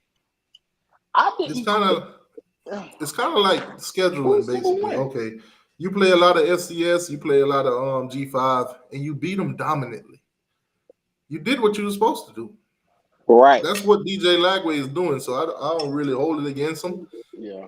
I mean, that he started the season off with 8 touchdowns in the first quarter. Look at Miami's commit. Judd Henderson started off at a team that literally plays nobody. The level of talent on his team was low. Made him look bad. Transferred. Now he's looking great. Now you're seeing him against better competition with better talent around. You can get a fair evaluation. It's the opposite with Dylan, man. Dylan went from Arizona to some of the in Georgia, and now he's not number one no more. Are they still undefeated? Yeah, Buford's still undefeated, but you playing some of the best teams in the state, and they playing some of the best teams in the nation. They played a top 15 team out of Maryland. They were top 15. I've been keeping up with that. They played them. And then they play like one of the top 3 teams out of North Carolina too. So now they're down on Dylan because he's playing higher competition. Is he mobile? At all? I mean, he is, but he's not a dual threat. I mean, he can escape the pocket, but he's not a dual threat. What impresses me is his accuracy. He can hit a receiver from 60, 75 yards right in stride. You know what I'm saying? We're not going to get into Georgia commits and all that, but I get what you're saying. I'm not taking nothing from him. I was just asking because I seen everything. He got a cannon on him. Yeah, he's elite. He got a really, really elite arm, and accuracy. I just didn't know if he was like the full package. Because DJ Lagway, his issue is accuracy. He has the legs, the run. Yeah. He's very mobile. He's a very explosive playmaker, but he's even openly came out and said, "I'm working on my accuracy." Right. So, now they did release a week 6 depth chart for the Florida Gators. Mm-hmm. Seems about the same. Nothing really changed. Except for the receiving room. Kaylin Jackson. Because you got Jackson, I think he's about to start this week. What is Jalen Kimber doing over there for? Basically, what the guy that says basically F this team, he'll be playing this week. What is Jalen Kimber doing? At the moment, not a damn thing. Kimber's supposed to start this week, doesn't he? On the opposite side of Jason Marshall. Because he left UGA with a ring in his pocket and went down to Florida. Yeah, Kimba starting that corner. He'll be starting over more. He said he tired of having to look both ways when he crossed the street. Exactly, man. He tired of everybody speeding the speed limit 20 and everybody in Hellcats and Scat Packs going 95. I know, man. His hands is hurting from both the rings on his hand, man. Mm, that's just Now, part of the game. question for Florida, because I haven't been seeing Kamari Wilson on the depth chart anymore. He's gonna transfer. So is he What? completely done with the team? Is he not participating? I think I'm not in the locker room with him and I'm not there with them, but I can only go based off the clip Where? unless he Well, hold just on, hold wasn't on. there. Where is BB at? Because BB, all he could talk about was Kamari Wilson. I think that was a huge mistake. He shouldn't have went to Florida. That was the biggest mistake. He should have never chose Florida over Miami. But hey, people make mistakes. Yeah, Make yeah. People mistakes in make life. mistakes. Yeah, people make mistakes. I mean, your boy still got drafted. He didn't win 2 rings with us, but he still got drafted. Now, Miami's safety commit, Zaquan Patterson, he was also at the Auburn game alongside with KJ Bolden, the Florida State commit. Their number one safety, the number one safety in the class. Yep. Auburn put on pretty good work against Georgia. Granted Yeah, that they did. they lost that game, but they put up a good fight. Yeah, they did, man. But basically, in the end, they got Bowers. That's tough. So I think Zaquan Patterson is a solid commit for Miami. Other teams are going to swing at him. They are going to take visits. We're not going to be like the Florida and Florida State fans that once they see one of their commits go somewhere else, they panic and start going nuts. Just trust the process. So you gotta say that about FSU fans because we don't think every time one of our recruits go take a visit it's a problem. Go have fun. You only get to commit to one school. Go have fun at the visits. I'm just saying. Just being honest. Come on now. Wouldn't you take all your visits after you've already pledged to Miami if they gave you an offer? See, but that's the deal. A lot of these fans have never been given a deal. They've never been given. They've never been recruited. They've never had the opportunity to step out of their own hometown, to go across state, to go see what other places look like. So a lot of them, when they see these kids making these decisions, they're only thinking from a fan's standpoint. Oh, you committed to us. You're supposed to just visit us and that's it. Some of these kids want to get out of their own backyard and see something.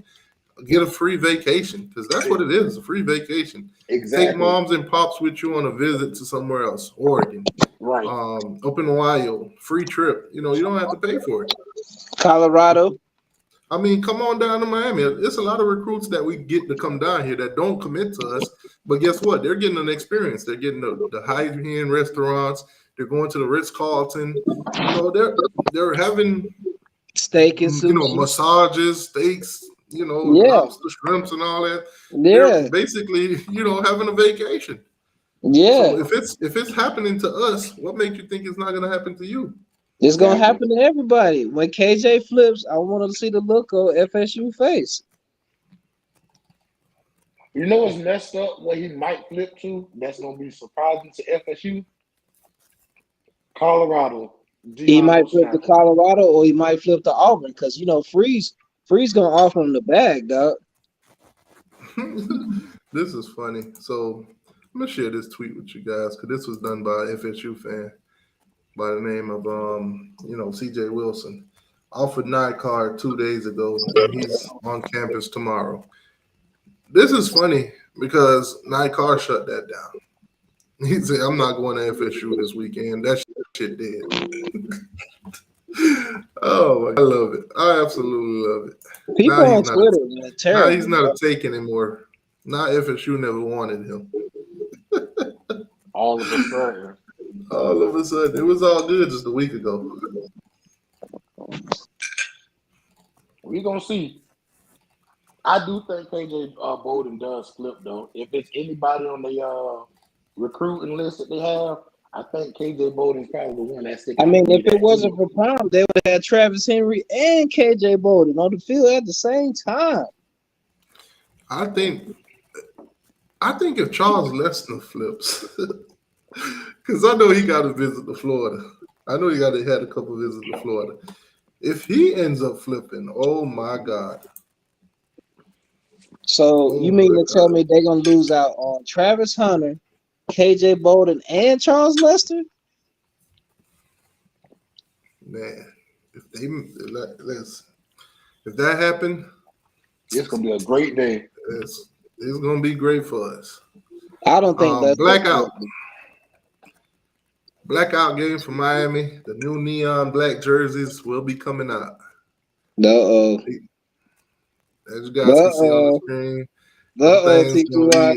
ain't gonna be lit. It's gonna be lit. You know, the best black jerseys in the state of Florida. Hey, Sam, they got PTSD from the black jerseys, bro. Now, Florida got a blackout game too. I think that's against Arkansas. Not quite sure if Florida State gonna have a blackout, but who would their opponent be if they have a blackout? Miami and the black jerseys, bro. People knees start shaking when Miami fans see the black jerseys, bro. That would be interesting if Florida State did have a blackout game when we play them. That would be fun. That would be fun. The only problem with that is they got to win that game. They would have to win that game because you bring out them type of jerseys on a team that you expect to, make it look good, play good. Right. Just saying, I don't know too many teams other than Oregon that when they play their rival, they trying to look pretty. Hey, have you seen the Oregon throwbacks? Yeah, look real nice. Not just the throwback. Have you seen Oregon's new jersey, the one they're wearing this week? Yeah. Bro, do you know that team hasn't worn the same jersey? And at the time when I saw it, they said they hadn't worn the same jerseys in like 2-3 years. Yeah. That's why kids go to Oregon. That means if you went there as a freshman, by your senior, junior year, you still haven't seen the game you wore your first year in college, you'll never wear that again. Right. That's a hell of an issue to have in college as a team. Bro, when are we going to wear them silver chrome helmets again with the all white? Bro, we wore those 3 years ago, but we'll never wear them again. Yeah. What? You got something new. Yeah, the breast cancer one, they have a different style breast cancer uniform. Mm-hmm. So it's like, that's bro. Recruiting. It all goes towards recruiting, man. Yeah. I mean, it's no wonder that the top linebackers, a lot of linebackers like to go over there. And if you ask me, that's the only real reason why Oregon can compete with Georgia when it comes to recruiting defensive players. Those damn. Well, they got Coach Lanning too. They got Coach Lanning now too. That too, but I'm saying them damn uniforms look good. If you know you're an elite defensive back, Oregon is a great team, a great school to go play for.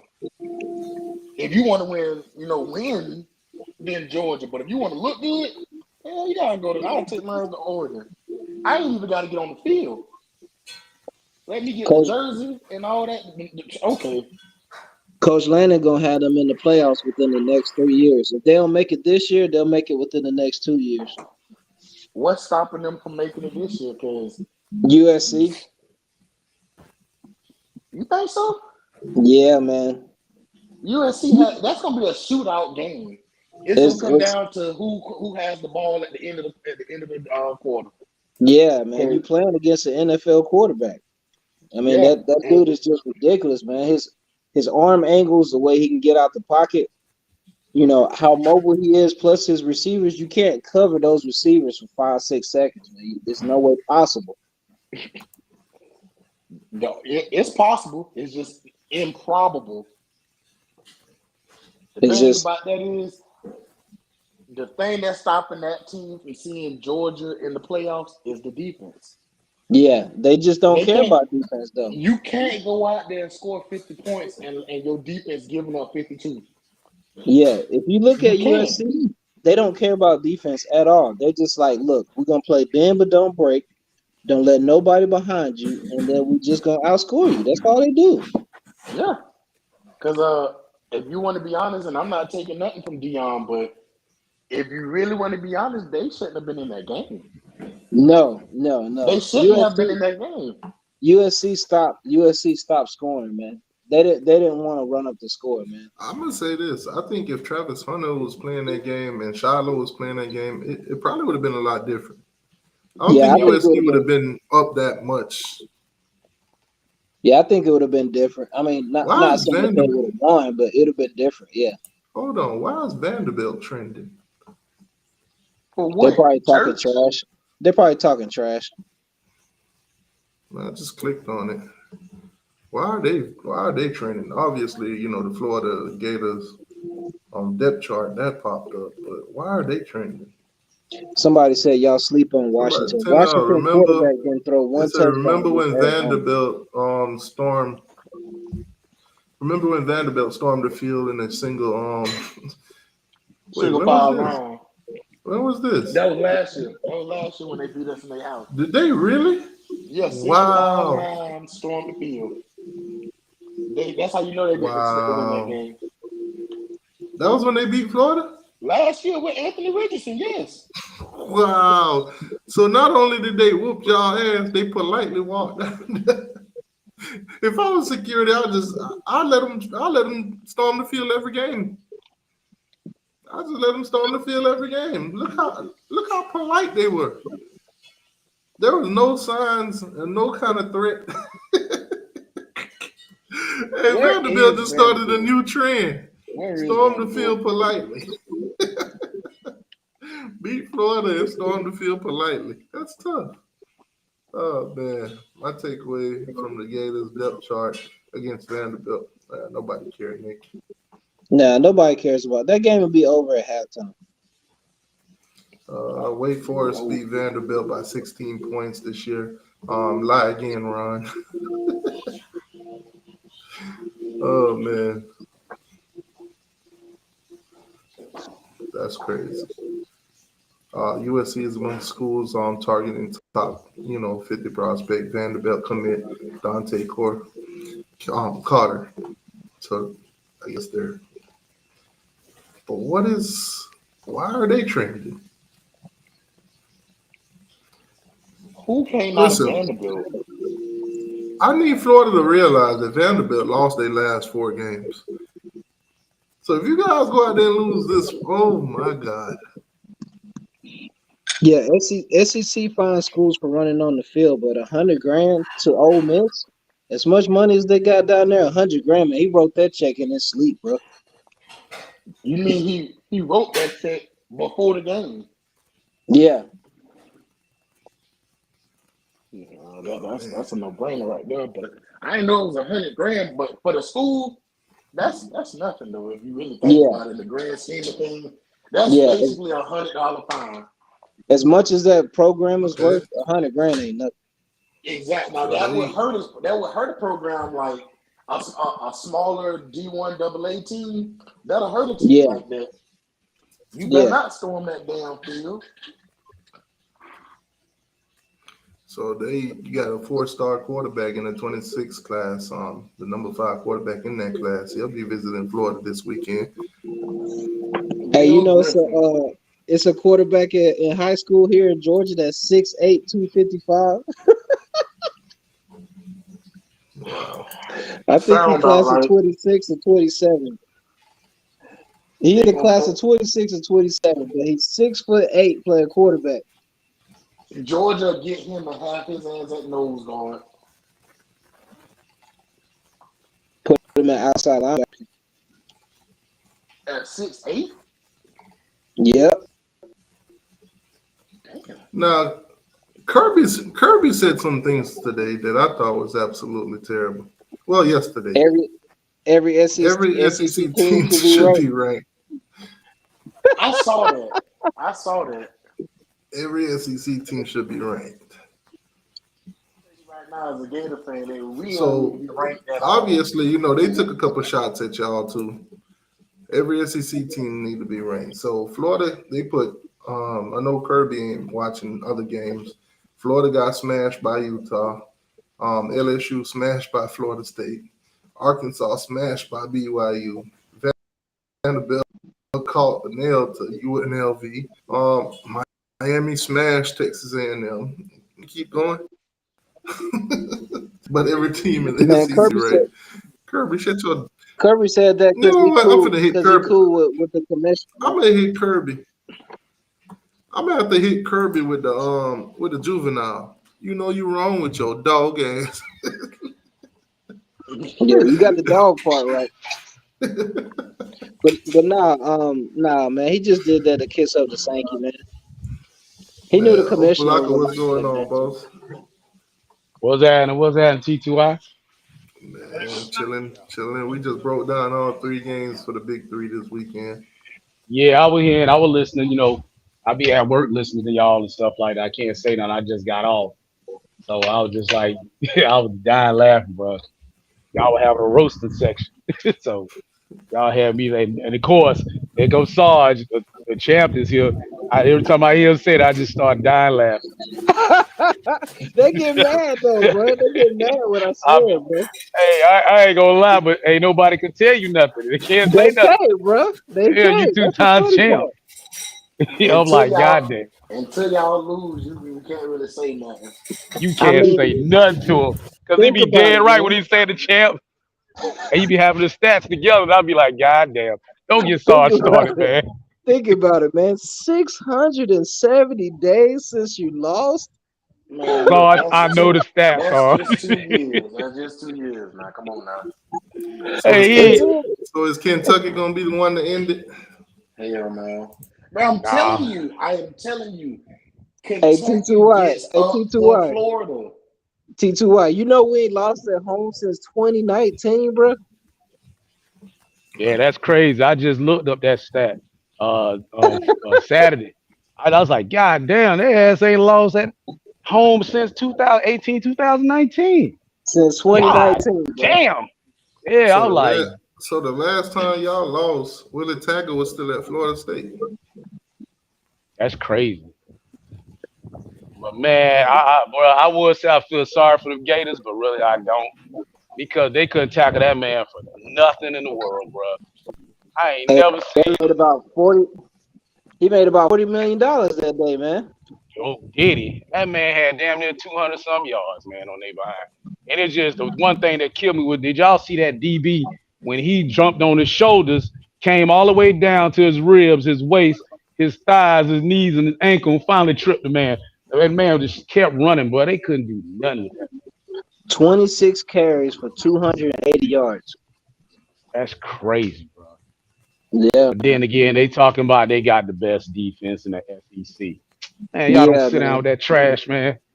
Actually, Losing. BB was the one that said that. Florida was.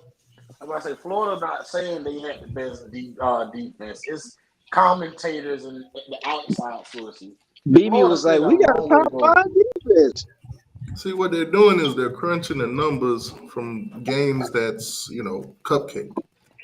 McNeese State. Man, brother. About Hell, with You four. got you Shirley. can't You even got you really can't even say that because Utah game outside of that first play of the game, Florida pretty much settled down in that game. The offense put the defense in a bad situation in. With Graham Mertz with that interception, defense had a short field to work with. You know what I'm Who saying? was And playing quarterback for Utah though? doesn't matter. Utah's a running team. But I'm saying, who was playing But quarterback I for him? don't remember his name. But if you want to get real factual, that backup quarterback had experience with that team. That wasn't his It was first the time on third the field. string. The backup was hurt, bro. It was the third string quarterback. Not for that game. I know who you talking about. He was a third string pig He farm, was the And third string, bro. and y'all man, knew that he couldn't throw the ball, so that's why y'all did so good against the run. who on Vanderbilt should Florida be really worried about this I week? I don't think it's Vanderbilt. anybody. Nobody, nobody, better, better. nobody. How did Keith they make Sweat. it to Keith the Sweat. SEC? Nobody. How did they make it to the SEC? What kind of money they got? What's their recruiting pitch? Have you seen their baseball team, bro? Have you looked at their baseball Well, yeah, schedule? yeah, you're right. You're right. You're right. I give you that. I'm thinking football wise though, Yeah. The because SEC they're just isn't football. yeah. I mean, if you want to go across sports, Florida can go toe for toe with anybody in any other sport, but we ain't gonna go there. Yeah, the champ I is mean, saying yeah, y'all, that. y'all got good. Y'all got good sports program. It's just y'all So we football did it. program is lacking. So now we're gonna talk about women's volleyball. I ain't even gonna go Hey, there. hey, I'm a We fan doing of any women's predictions volleyball. tonight? Dog. Yeah, to watch. Yeah, I hell like yeah, shit. I like heck yeah, women volleyball and that gymnastics. Oh, I watch that all day. yeah, man. I watched I'm a the big fan. I watched that Track and Florida field. versus Texas A&M volleyball game the other night. Yeah, man. Them games be delicious, I bro. was Yes, Nah, sir. the He's talking camera about don't they be the cameras delicious. don't do no justice, bro. They be trying to aim up. Yeah, Nah, you Now gotta what you catch it. way You gotta high. catch it on YouTube. now you gotta watch that. You gotta watch that Brazil beach volleyball. The women's Oh beach yeah. Oh volleyball. my That's what you gotta god. watch. Man, that looked like a bunch of strippers playing volleyball for Yeah, Brazil. that's That what you need shit to look like watch. number of Listen, strippers, bro. I'm telling you, that's how they're gonna have to fix the WNBA. Oh yeah. That's what they're gonna have to The, do. them Ain't nobody watching Amazons, that man. garbage. Them Man, Amazons listen, from Brazil, if they bro. When they stop play volleyballs, if they stop putting in people like Brittany Griner and put Yeah, in all some them bulldack, man, all them bulldaggers they putting up in there. Nobody wants to see a bunch of dykes. And that junk bro, ain't sexy. they That junk ain't started attracting making nobody. they started hazing and making fun of that one chick because she was straight, man. She not even in the Yeah. WNBA no more. No, she that's crazy. retired. Yeah, that was Yeah, what about 5, 6 years ago? She retired, bro. yeah, Say they kept yeah, hazing her, get mad at her because she wouldn't go the other way because she won't dyke. yeah, She got up out of there. All right, who the yeah, hell man. want to see Brittany Grind, man? Man, come on, man. First of all, Yeah, remember man. how they were complaining they should make money like the NBA? First But of all, y'all that don't was make money like hilarious. the NBA. That shit was funny as hell, boy. Because I That's the said, funniest first of thing, all, man. here go the problem. T2Y. Sorry, this is the problem with that whole scenario. I know we talking about football, but this is shit hilarious to me. First of all, you got females buying male jersey. What? Now, what dude you know gonna go out and buy a LA Spark jersey and finna rock it? Yeah, run by a Yeah, WNBA who jersey. finna? It ain't happening. That ain't You know what? happening.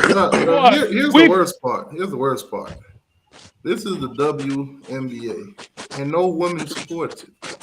Right. no, The but then NBA they want to talk funds the shit. WNBA Yeah, they lose 10 million every year. every year. It's just a The, charity the league. WNBA is the only place of business where losing money keeps you afloat. That's I, right. tell them again. Imagine opening your business and every month you in the negatives. How That's long do you right. think that's gonna last? That's right. Bruh, that when I seen that jump $10 million a year, Don't bruh, that's nobody just want to don't. see. Don't nobody want to see Oh, them dykes do layups all damn day. hell no, nobody want to see. That's why the WNBA. Well, Who they gonna dunking. buy? Man, hey, Like I hey, They said, listen, dunking now. let's change the subject. I don't need the alphabet community coming after me, man. Hey, T2Y. hey, Hey, I T2Y. wasn't going that far, but that you were right about that. I'm I'm just just Hey, saying, saying, like you I get off just that topic, but don't nobody want to yeah, see that. T2Y. If bro, y'all it's played that, boring, are y'all bro. gonna blame it on the jerseys? Man, who gonna buy a LA Spark jersey? I wish I would see. Wish I would see a brother walking down the road with a LA Spark jersey, bro. If I don't, or Candace Owens Are y'all? doggone sneakers, man, come on, man, cut it out, man. Here's the The only crazy way, part. Is All Miami I can fans say gonna is blame it that on better the be your jerseys? daughter. yeah, if that you better be your Hey, daughter, T2Y. or you better be humping one of them. there it is. T2Y. You If better be y'all played knocking one that, of are them y'all off. gonna blame it on the jerseys? If we lose, we're gonna blame it on the I just want jersey. to know now. Nah, we're gonna blame it on coaching. We're gonna blame it on personnel, and we're gonna blame it on execution. That's the only Okay, I got thing you. we can blame it on. Okay, Yeah, because Jerseys y'all and don't had 2 weeks. jerseys and stadiums don't win games. don't win Y'all done games, had bro. 2 weeks to get ready. 2 weeks to get ready for Georgia Tech. Nah, Georgia Tech had forever to get ready for us. We don't get ready for Shoot, Georgia. let me tell you something. If Jersey made you a winner, then Oregon will win a championship every year. Cause That's boy, look at true. here, cause they got the owner of Nike that's supporting they behind. He alumni. Yeah, they got 30 Yeah, something that's why they different get jersey all them jerseys. companies. Yeah, Yeah. because million different combos and 0 championships. the owner of Nike, he's an Oregon alumni and he's a sponsor. So they gonna have, like they said, if you wanna go ahead and look good, well, you go to Oregon. You ain't But gonna win much. to be fair, let's be honest here. How much does it cost to actually make different jerseys? They got their color scheme goes with everything. They can do so much with It Oregon It's do, a colors. bro. tax write-off. It's a tax Yeah. write-off. They Exactly. I ain't gonna. They do be looking. Them jerseys do be looking fly, bro. I'm Yeah, Hey, just I'm it's talking a about they saying, be tax bro. having them Like write-off. raw jerseys, but they I did, still be taking them L's. I watched the documentary. How the hell y'all look so amazing to just go to a cotton bowl or something? Every time. Like Hey, Coach Lanning gonna change that though. Coach Dan Lanning, he gonna change it, dog. They're gonna start winning. I ain't saying they I don't not. know. I ain't saying they not. I think they are because they're winning now. But They they I, always do win. But let me tell you what Oregon do. Oregon win every year, and then they run into like a Stanford or they run into a Northwest. One of them little Big 12 teams that ain't really won stuff, and they be knocking them off.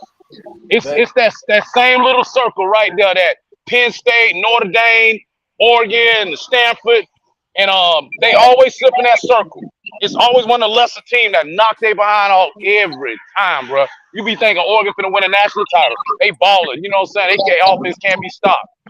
And then what happened? They run into one of the little teams and bye, there they go. Stanford tight end has 400 receiving yards on Oregon. Exactly. It's always something like that, bro. Every time, bro.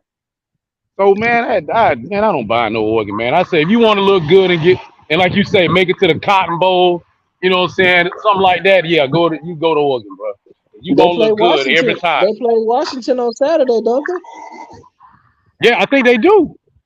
Hey, But watch. You know what? Washington just started looking good, like as of recently, a couple years ago. They Yeah, ain't that's gonna be Hold a up. always good Who they game. play? Who they play? Do they play Washington or Washington State? I think they play both, Washington. don't they? I Washington? think. Washington. Yeah, I think Okay, they cause play Washington one of Washington, the scary teams, bro. They one of them. Washington remind me of Appalachian State. They will but knock they off a big dog, bro. barely beat Arizona. Their quarterback didn't throw a touchdown pass, and they still beat Arizona. Oh, well, they're in the world of Arizona trouble just then. Arizona landed the number one edge rusher. While you They gonna saying need that, more than that. Yeah, they're gonna need more than that. More than that. just saying that Arizona, you would think teams like that would be elite. And Colorado played Exactly. Arizona State. Well, that's gonna be a game to watch, bro. Man, I used to be balling with Arizona State, man. When I used to play NCAA back in the day, like I would put like 80% training, like 10% discipline, and 10% everything else, bro. When I played NCAA back in the day, bro, all my linebackers was 99, dog. All my offensive linemen 99. Hey, so T2I. So you doing any prediction? Any predictions? I did say Miami gonna win 48-13. What about Florida State? They'll probably win by I want to say maybe 7. Who they play? Duke?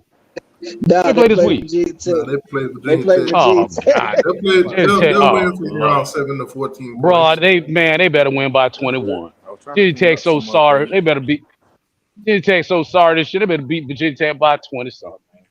Don't come in here with that Boston College 2 points because I'm a clown they behind. I don't Oh want to hear Lord, that have mercy. that win is a win nonsense. Don't come to me with that Or foolishness. overtime. What if they go to overtime with Virginia Tech? I think Man, I I'll, think Florida I think Florida will beat Vanderbilt by 10. you Oh think Florida? Lord, have Nah, mercy. you know what? What's the point spread on? Because I'm taking Vanderbilt on that with the points. Don't do that. Don't do it, I man. think it's 18 if I'm not mistaken. Oh, I'm taking them 18 with Vanderbilt. I'm sorry. Don't Florida do ain't that, showing man. me. I'm Yeah, sorry, I Sarge. think I Florida got will to. beat them around 34 to 20. Sarge. I will play Russian roulette on that one because them Florida lizards, bro. I don't believe in they behind at all. Vanderbilt I do lost to not. UNLV, man. Don't do it. Yeah, I'm gonna I, give Florida State anyway from 7 to 14 for they win. I think they'll beat Virginia Tech. if Florida beat them, I think Florida beat Vanderbilt by 7. So I'm taking the 18 points. They're gonna take out their frustration on poor little Vanderbilt. He Yeah, don't. okay. They don't understand. They don't understand. They don't understand. They're He gonna said take their frustration out on them. they got to. I don't know if Yeah, you it's look gonna at it's it. You gonna know be what? You fun. know what? Nah, change that. Change that. Because see, now I'm getting them crossed up. Because I'm thinking of Purdue. My bad. Oh, no. Nah, I would not take Yeah, Vandy on don't nobody. take I'll Vandy, take, bro. Don't yeah, take I'm Vandy. thinking Purdue. Let me, hell no. I ain't taking Vandy with nobody. They gonna run the ball for I'll about take Dilla High. 260 yards. I'll take Dilla High Yeah, over dog on Vanderbilt. Sorry behind. Hell no. they gonna come out with 2 tight ends and just give it to their running backs. It's gonna get Hey, ugly. just, You talking about go. Florida? Yeah, I'm talking about that's what y'all should do. Yeah. I wouldn't even throw the ball 10 times. Just line it up Heck and no. run it. I just line up and run they behind over, man. Exactly. Just And like get just this. like Kentucky did them. Hell no. You really can't even say that, boy. Hell Them boy, no. them guards and tackles was pulling like a mud. Man, I want to hear that, man. Kentucky came out and just pushed y'all face into the Yeah, ground, dog. Well, I watched that game from beginning to end. They bullied y'all off. They bullied us all They through that bullied game, the bro. crap out of They y'all, man. just nothing, bro. They said we gonna They said keep we doing this, and gonna ain't a hit y'all damn thing y'all everywhere, can do baby. about it. Exactly. Ain't nothing Ain't a you can do damn thing about y'all can do about it. They were like, y'all got to show me. And they just kept on. Man, that man could have had about 300 yards. it. Did he even play the fourth quarter? Nah, man, that man came out the game, man. No, he didn't. He definitely played the whole game. He He played the whole played the whole game. game. I thought he Yes, came out the fourth quarter. bro. He played the whole game. He ran for them. You don't think he got tired? He had 200 in the first He half. had 200 in the first half. What do you mean? What do you mean? That What I man had, mean? Go that look man it had, up. He played the whole game. The rest of the game, he still had some more runs. They just wasn't that big in the second half. Like a lot of teams, they took their foot off our damn neck. So he could have ran for 400 if he really wanted to. No, I ain't saying that. If you want to get real, he probably could have ran for about 275. Nah, bro. If they wasn't playing come Georgia on. this week, if they would have had an off week, that man would have ran. That man would have set a record on y'all. Yeah, God, dog. Cause I don't think I seen y'all even hit that man at the line. When y'all hit that man was still going, bro. Every time y'all popped him, that man was just bouncing off y'all gone. You know what happened, Uh, right? His coach told him, "Look, man, I know you done ran for 280, man. Just chill out, man, because we gotta He play said, Georgia next week." what they said, we got bigger fish to fry. Exactly. That man could have set a record if he had 200 in the first half. Look here. Them boys waited 31 years to be able to do this to Florida. I'm not mad at them for whooping our ass 1 year. Did y'all blow them out last year? Were they pissed off? Last year, no, they beat us, but they ain't blow us They out. beat him back to back Wait, years. wait, wait. They beat y'all last year too? Yeah, they beat him last year too. They beat him back to back years. Wait. Let me get this right. They beat y'all in the swamp last year. And Yep. then when y'all went up there this year, they ran all over Oh, You forgetting the y'all. 31 games that we beat them 31 years in a row. You forgetting that. You keep trying It's to say these last recent years. They it's gonna get them Kentucky, some. man. They're It's gonna Kentucky, win man. some. It's gonna happen. It's gonna happen. Hey, I mean, hey, hey, listen to your head coach. This is 2023. Thank you. Just it saying, hasn't bro. happened Like to All us. that we beat them 31 straight, none of it mattered. This is 2023. The last time boy, it was that 2009. who? Kentucky. See, Listen, the Sarge. difference is the Listen, difference is Sarge. This is 2023. the difference is you a Only Georgia game that fan. matters You know how with Kentucky and Georgia is the one they about to play this week.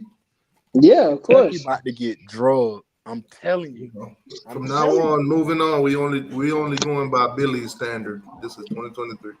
I got you, man. I'm just Who saying they beat who y'all in the Kentucky swamp play? last year.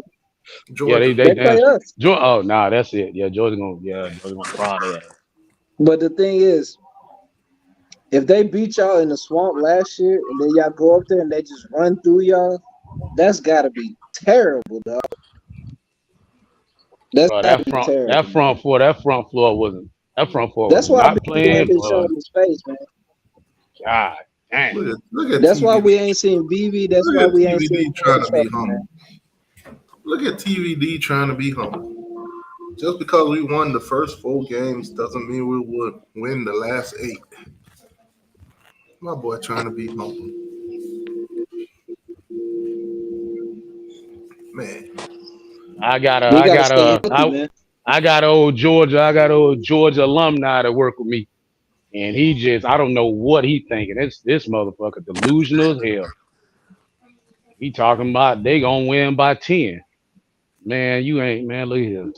And you know what? When them cats be Man, talking, you say bet something, they get hush mouth like, oh well, yeah. Georgia fans, Come on, Georgia man. fans is toxic, man. Georgia fans Nah, is I'm saying toxic, Georgia man. Tech. No, he graduated from Georgia Tech. He Oh, alumni. okay. Yeah, so he talking about they gonna beat us. Talking about we gonna beat Miami by 10. I said, okay, bet something. Nah, No, he ain't man. gonna do that. Hell no, he want to bet. He started mumbling, gumbling like, I said them bumblebees ain't gonna do nothing, man. Nah, they Oh, ain't gonna do that. y'all been down. Like Saw said, one man, shout out to the bumblebees, man. Y'all finna get They us the boy, bumblebees, man. boy, when you said that, boy, I was crying, bro. Man, That's shout why out to the bumblebees, dog. I like the bumblebees, man. I They went to got work some. and clown them, boy.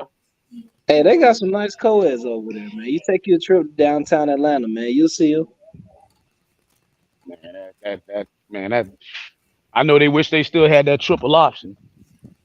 Yeah, yeah. Coach Johnson, man, he put in work, bro. I mean, they actually beat Kirby his first year running that triple option. Coach Yeah, running Johnson that wasn't no triple joke. option.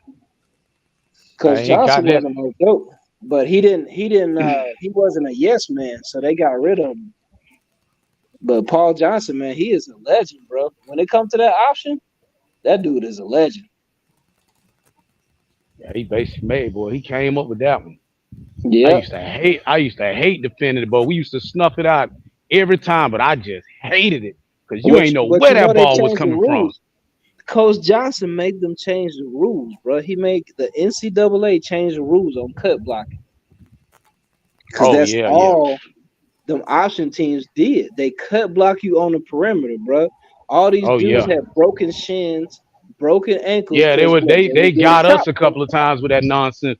They stayed cut blocking the bro. They got us like that. Boy, Yep, like a bunch of times.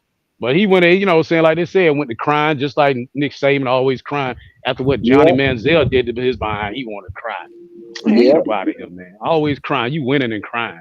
That's why you can't Man. chop block no more. Because them option teams, bro, they run that. They get a fast quarterback and some fast running backs, Mm-hmm. and then they linemen would chop you down, and then on the perimeter they would chop you down. Your corners and safeties getting cut. What's the read on this Colorado team, man? Because I already told everybody, I said, man, look at here. That junk was hyped up, but they came back on USC. But man, I'm just like USC defense to me suspect anyway. So. Yeah, But I think they let off, and then Colorado surprised them. I think once they went to throwing that ball to that freshman, who that jit is, that freshman boy, that jit was raw. That jit was catching everything, just yeah. He beating was everybody. balling. He He was was balling, balling. man. They talking about he a freshman. I'm like, what? Man, they couldn't stop Jit. Jit was catching fatal. They couldn't do nothing with his behind. Just Nope. like, oh, so you hiding him? I'm just like, man, you better quit with that Travis Well, Hunter nah, every play junk. it's not that Dion was hiding him. Travis was taking his spot. He wasn't getting no Yeah, play that's no what I'm more. saying. That's what I'm saying. You around here trying to Travis Hunter everything, man. You gonna burn Travis Hunter out, man. You gonna burn that around here. Got that But boy playing all these Dion snaps. said he was dropping passes in practice, so that's why he wasn't getting no playing time. Oh, that makes sense. He Yeah, finally put Camardi McLean on the field. You seen that? yeah, yeah, yeah. He ain't do He get nothing, burnt but a lot though. yeah, he get burned, Uh, man. They was showing him. Remember they showed. he I don't get know if you burnt a seen lot. the Under what was that Under Armour All American. Man, he was getting Yeah, burnt all through that junk, man. And I was Yeah, he like, and wasn't this when he playing. was committed. That's when he was committed to us. And I started scratching my head like, oh, hold on, bro. He He was tried getting to beat get a little. physical all the time. Yeah, that boy was getting done in. Bro, he was getting done. Teacher, why? You seen that? How he was getting?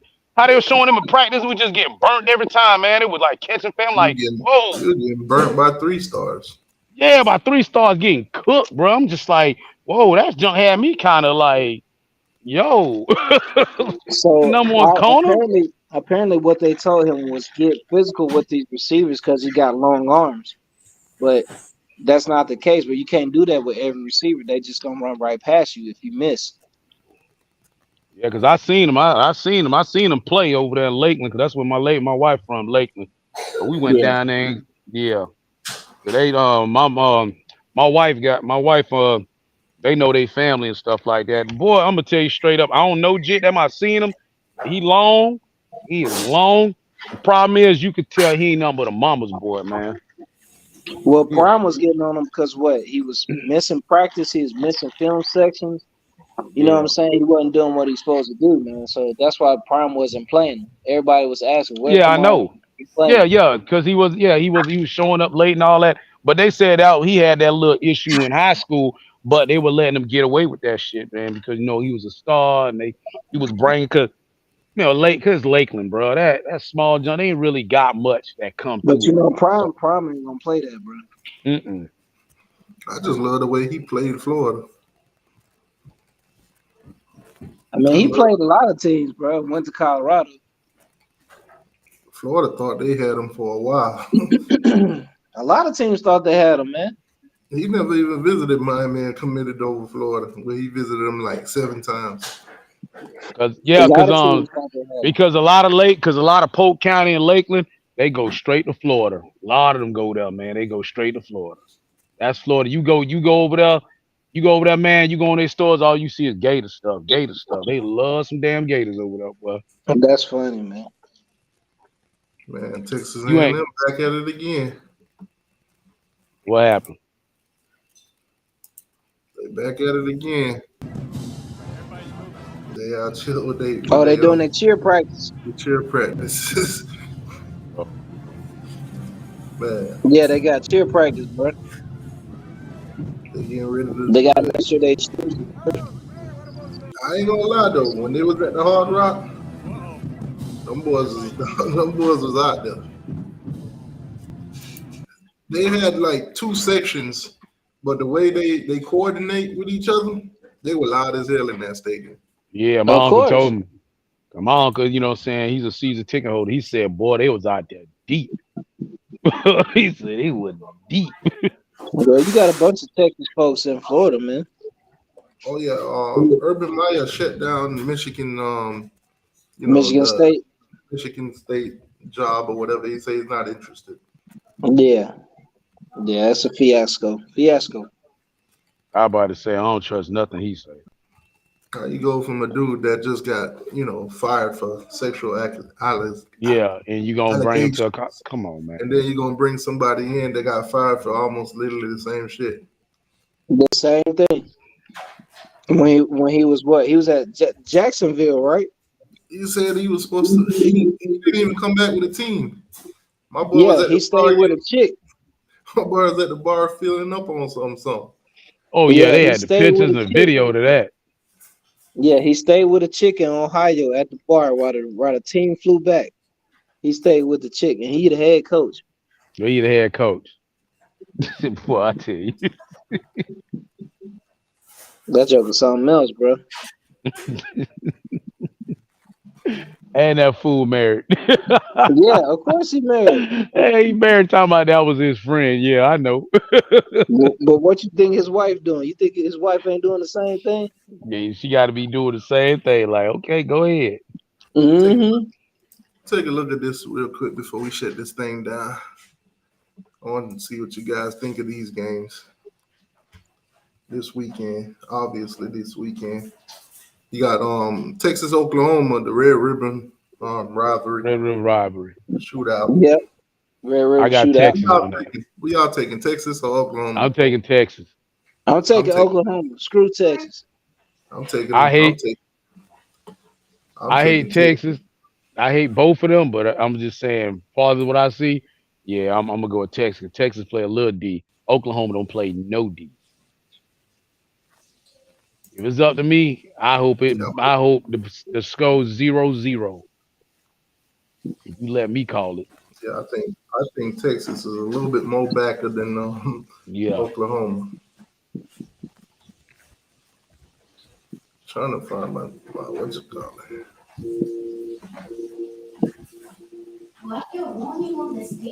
Sarge, you gonna take Oklahoma? Yeah, I'm going with Oklahoma. Sarge, now is that a hate thing or that's just you really think they gonna win? I don't believe in Texas. I'm going with Oklahoma. Oh man, I think he's scared now. I'm going with Texas Oklahoma, might get. man. Texas ain't nothing. They ain't won the damn Big 12 since '09. Texas ain't nothing, dog. Oh no, I just have a feeling they'll beat Oklahoma because Texas play D. Oklahoma don't Nah, play man. no Oklahoma goddamn got D. blown out by them last year, bro. Oklahoma gonna be That striking, what bro. I got that what I'm Oklahoma. saying. They don't play no D. A I got Oklahoma Oklahoma game beating. is this is an Oklahoma win. They score 51, the other team score 49. Yeah, I got Oklahoma beating them though. All right, next game. What T looking for something? Next game is We Alabama are we against are we are them. taking Alabama or Texas A&M. You know what? This gonna be this one really hard for me, boy. But you know what? For some reason, I'm gonna go ahead and take Texas A&M because it's for I some want reason, Texas A&M to win too. yeah, because for some reason that D line stand is up, bro. That D been Y'all since they really got I lost to just faith us. want in Jimbo? I ain't got faith in I just Jimbo. want I just want them to win because they gonna make Miami look good. to make us look Yeah, better. gonna make us look better. See, I don't care. That's it. I don't even care about an Yeah, I Aggie. don't care nothing about an I Aggie. have Don't care nothing no about no love for a roll tide. I, I can't no stand the faith state of in Jimbo Alabama. at all. Jimbo is trash. I don't know. I You gotta know say what? it. He put it on them last year. You know So, what? and to me, they had a better team last year, and You he know Well, and nah, he what? they beat lost he to the beat Bucks Alabama. last year. Nah, Nah, they they no, lost they to the didn't. Bucks. They beat them. They beat them last year. They beat them in 21. No. I'm They gonna beat need them in 21. They didn't beat them last year. Oh I'm gonna need a shoot! drum roll for this next. I think I'm gonna take Kentucky for the upset. You already said this last live, T2I.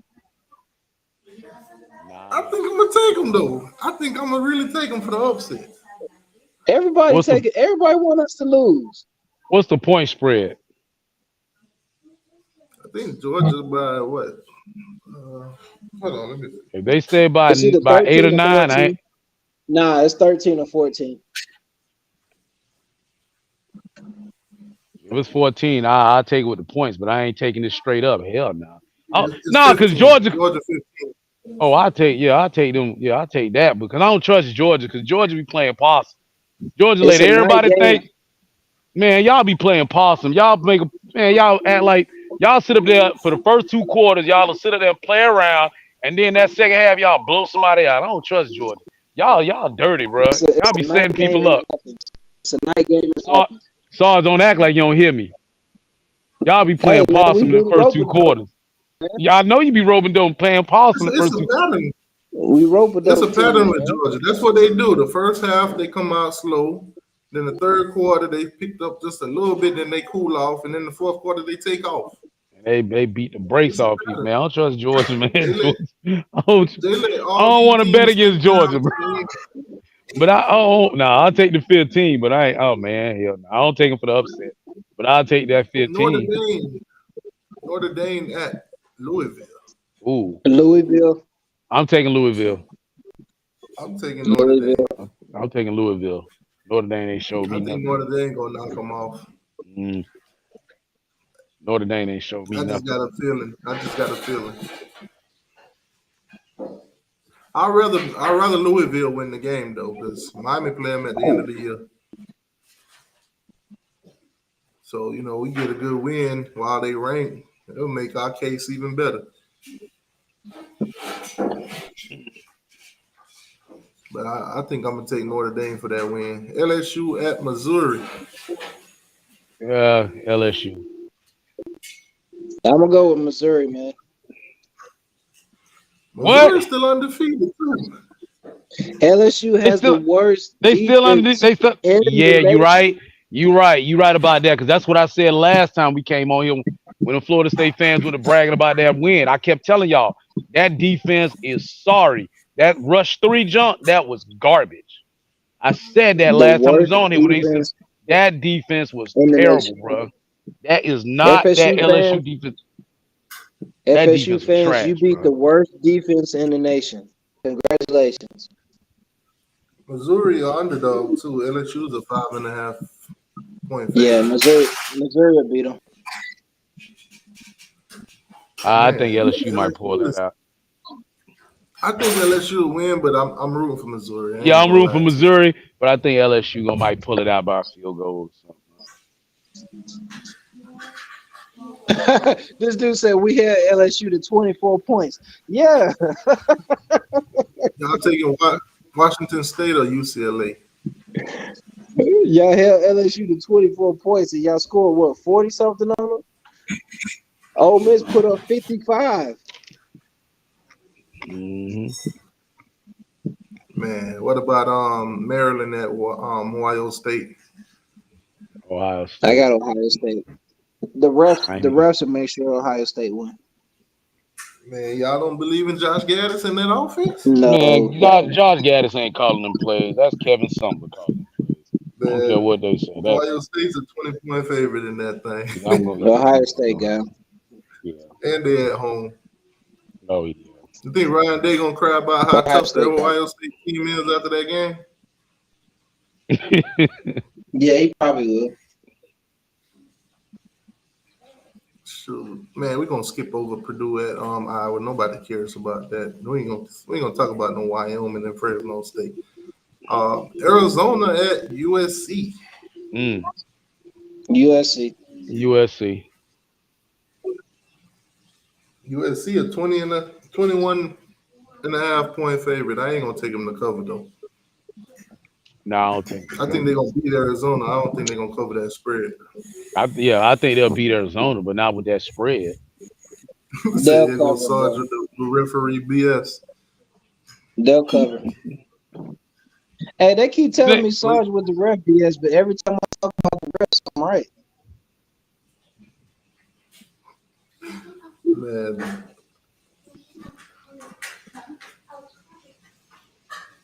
Every time I somebody talk said about the team.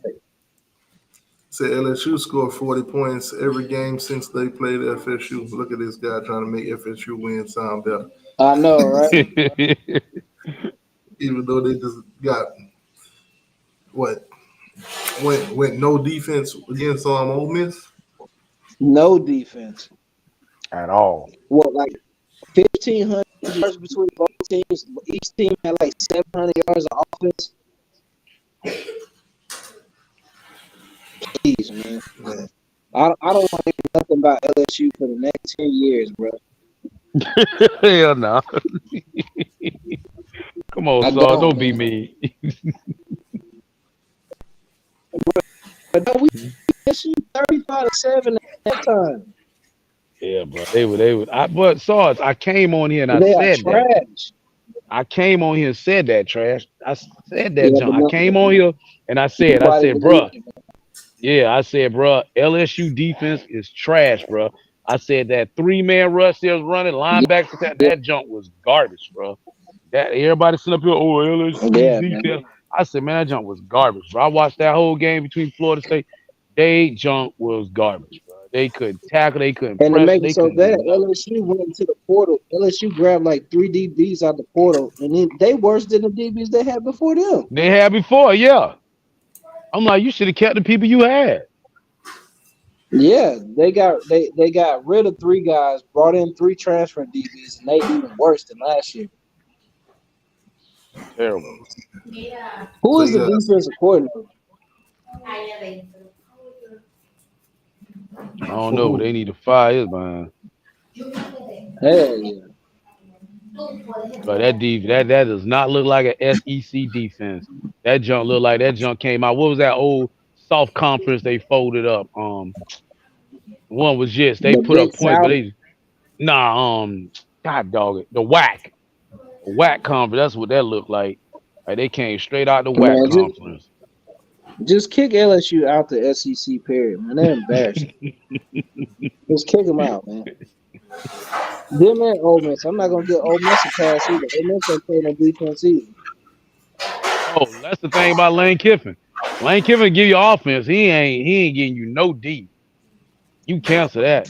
A Lane Kiffin team ain't gonna never play no D. They gonna put points. Well, that was the only thing that scared me when it was time to hire Mario or Lane Kiffin. That was the thing that scared me about Lane Kiffin, bro. I did not want Lane Kiffin because he is not gonna build a D, bro. He'll get your offense, but that defense, you cancel that, bro. You said we downplay everything FSU do. Y'all ain't did nothing. Y'all ain't did nothing. We didn't What you downplay talking that about? Boston College game. Yeah, we damn sure ain't down that one. We upplayed it. Y'all We came gave to y'all play too it. much. We You gave said y'all y'all was too gonna much beat credit. Boston College 49-10, 48-3. Y'all came on this site talking about we gonna beat them 40-15, 40 to Yeah, man. 14, yeah, FSU 35 to by 50. 9, yeah, FSU by FSU by 50. 51, all the stuff. Y'all came on this site and said that, and Yeah. then went out there and got a 2 point. Man, go on, man. Nobody. Yeah. Y'all And hyped the, that and the junk up. sad part is Boston College had them. They had fourth Hat, and two. bruh. The Fourth and only two thing, on the 12-yard line. but TTY said it best. If they instead of 18 penalties, could you imagine they only committed 17? And probably would have beat y'all. And even It even with probably would have that, beat you make a dumb coaching decision not to take the points in the beginning of the fourth quarter. Stupid. stupid. Just stupid. All they needed to score one less penalty, and they probably would have beat they behind. Nah, That's a all they need to doggone do is shame. just How kick you that got field goal. 18? Yeah, how you got? Oh yeah, that's even worse, bro. How you got 18 penalties in the game close? Man, don't even get me started on the Clemson game. Oh Oh, Lord. that's even Oh worse. please. That's even That's even worse, worse. bro. Yeah, that's the worst. Yeah, that's terrible. That. I told y'all, man, Boston College and Clemson, they Santa Claus out here. They just giving Florida State gifts. Straight gifts. Heck nah. That joker missed a 20-yard field goal. Terrible. Dabo's still scratching his head right now. They said Dabo went and got a grown man off the couch that was taking classes online. Say, hey, we need you. Man, that dude was in a grocery store bagging groceries, bro. Bagging groceries and taking online classes. And Dabo went Yeah, and man. got him. We got him a uniform, some cleats, helmet. Hey, come on, Man, man. Dabo hit him with the Everett's. You sitting at home on the couch. You ain't doing that. Gave him that whole Everett's college. The Everett College It's, commercial. bruh, instead of 18 penalties, that would have been the L. That man would have missed that kick. That would have been the L. So what they would have been? 2-2? But yeah, everybody want to hype him up like they just Want to hype they unbeatable. behind? Come on, man. 2-2. Man, They would have been 2-2. Florida State, I'm telling y'all, if Miami beat North Carolina and Clemson, count y'all days. Oh yeah. Count y'all days. Oh, we beat them too, man. You I ain't finna seen a tell me we gonna segment. do. I seen the segment they put out. There's one dude in ESPN that actually believes in us. What There's make one. me laugh? What'd you Everybody say? else, everybody else don't believe in us, but there's this one dude at what you call it, at ESPN that believes in us. What make me laugh is FSU fans get all tenderhearted when we talking about them. That's what happens when you win. I know y'all not used to winning, but that's what happens when you win. I watch people talk. I talk about them because they come on this doggone. They come on this channel here, go to talking that noise. talking about what they gonna do when they don't do it, and they expect Yeah, us of to course they forget that they talking said noise. no. They're We gonna talk undefeated. about y'all. They gonna talk noise if they undefeated. They gonna say they want Georgia and they should be ranked number Man, that's one. the All first type of thing good they stuff. said. They beat LSU. That was the first thing they were hollering. We want Georgia. I'm like, Lord, here we go. Y'all said that last year. That's what I'm saying. They beat the team with the worst defense in the nation. That's Terrible. crazy. That's crazy. And then go out there and And they struggle thought it again. was a big deal. They thought it was a big deal. Looking Oh back yeah, on it, they it wasn't a big deal. man. Let me tell you, so I work with Florida State fans. First thing they said when I got there, talking about, we going to the playoffs. We finna win the national. I was like, Lord, here we go. Y'all sound like them Cowboy fans. Every time y'all get one little Yeah, duck win, y'all going to the championship. yeah. I got to listen to that garbage all the time. I told them, bruh, that ain't a LSU defense. They had a 3-man rush, and I kept calling play. Here we go. They couldn't pitch, they couldn't pressure Jordan Travis for nothing. I was like that, like you I just said, look at Sauce, LSU fans now. garbage. Straight I just trash. laugh in their face, man. Anybody that's an LSU fan, I'm gonna laugh at you in your face.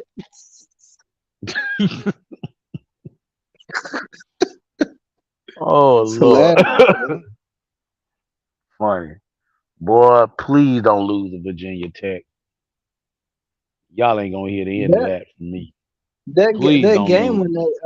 when they played Florida State, they secondary missed what, like 15 tackles? Did they?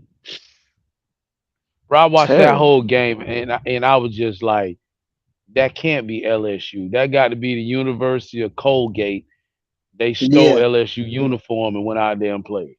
yeah, yeah. That you couldn't tell that was no damn LSU. No.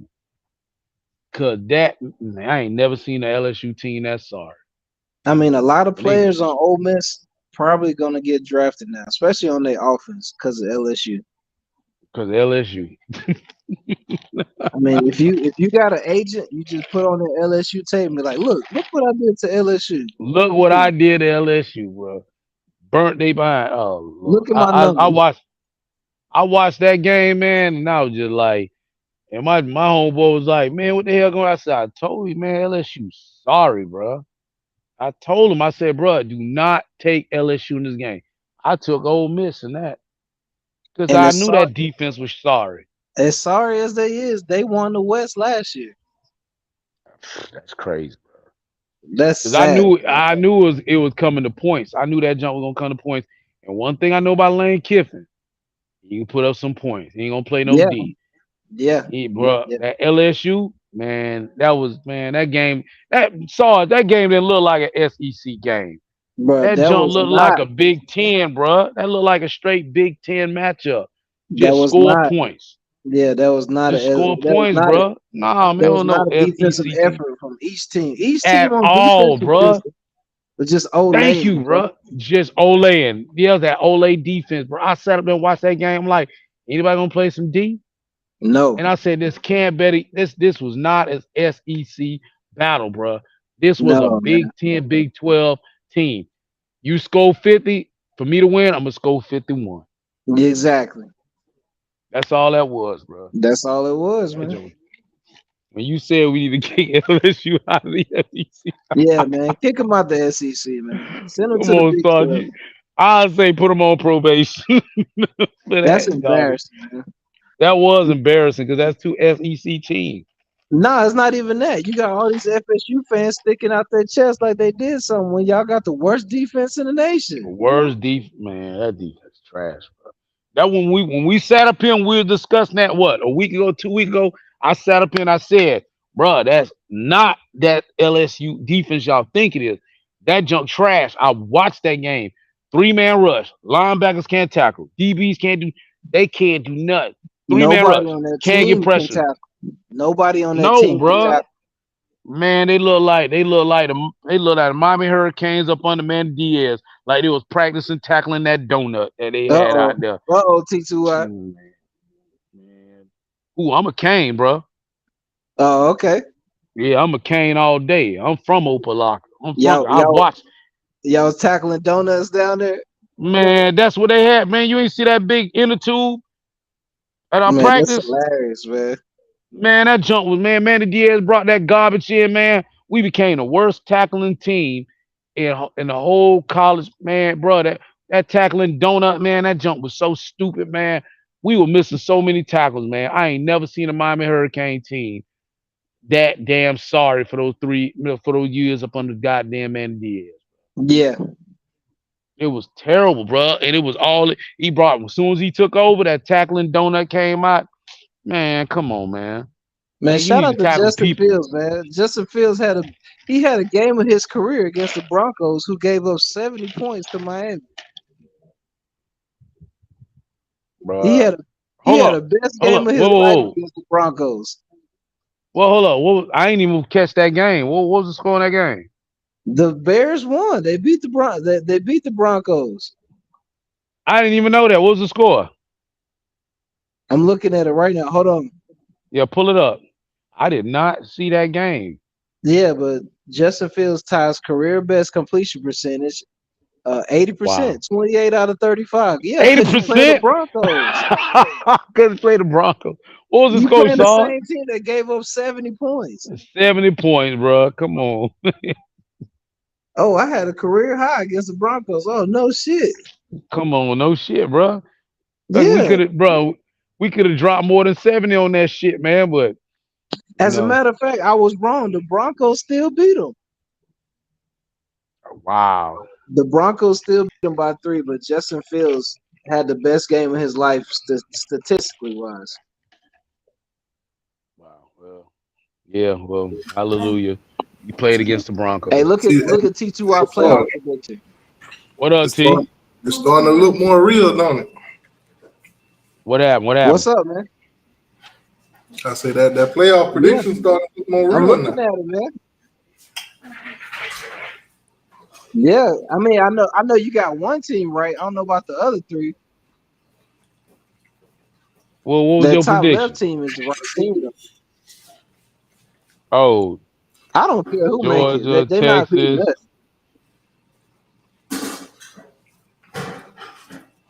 Oh, I like that. I like the way that look, T. They'll believe soon. Yeah, they never believed me last year when I said 15-0. Yeah, you said that.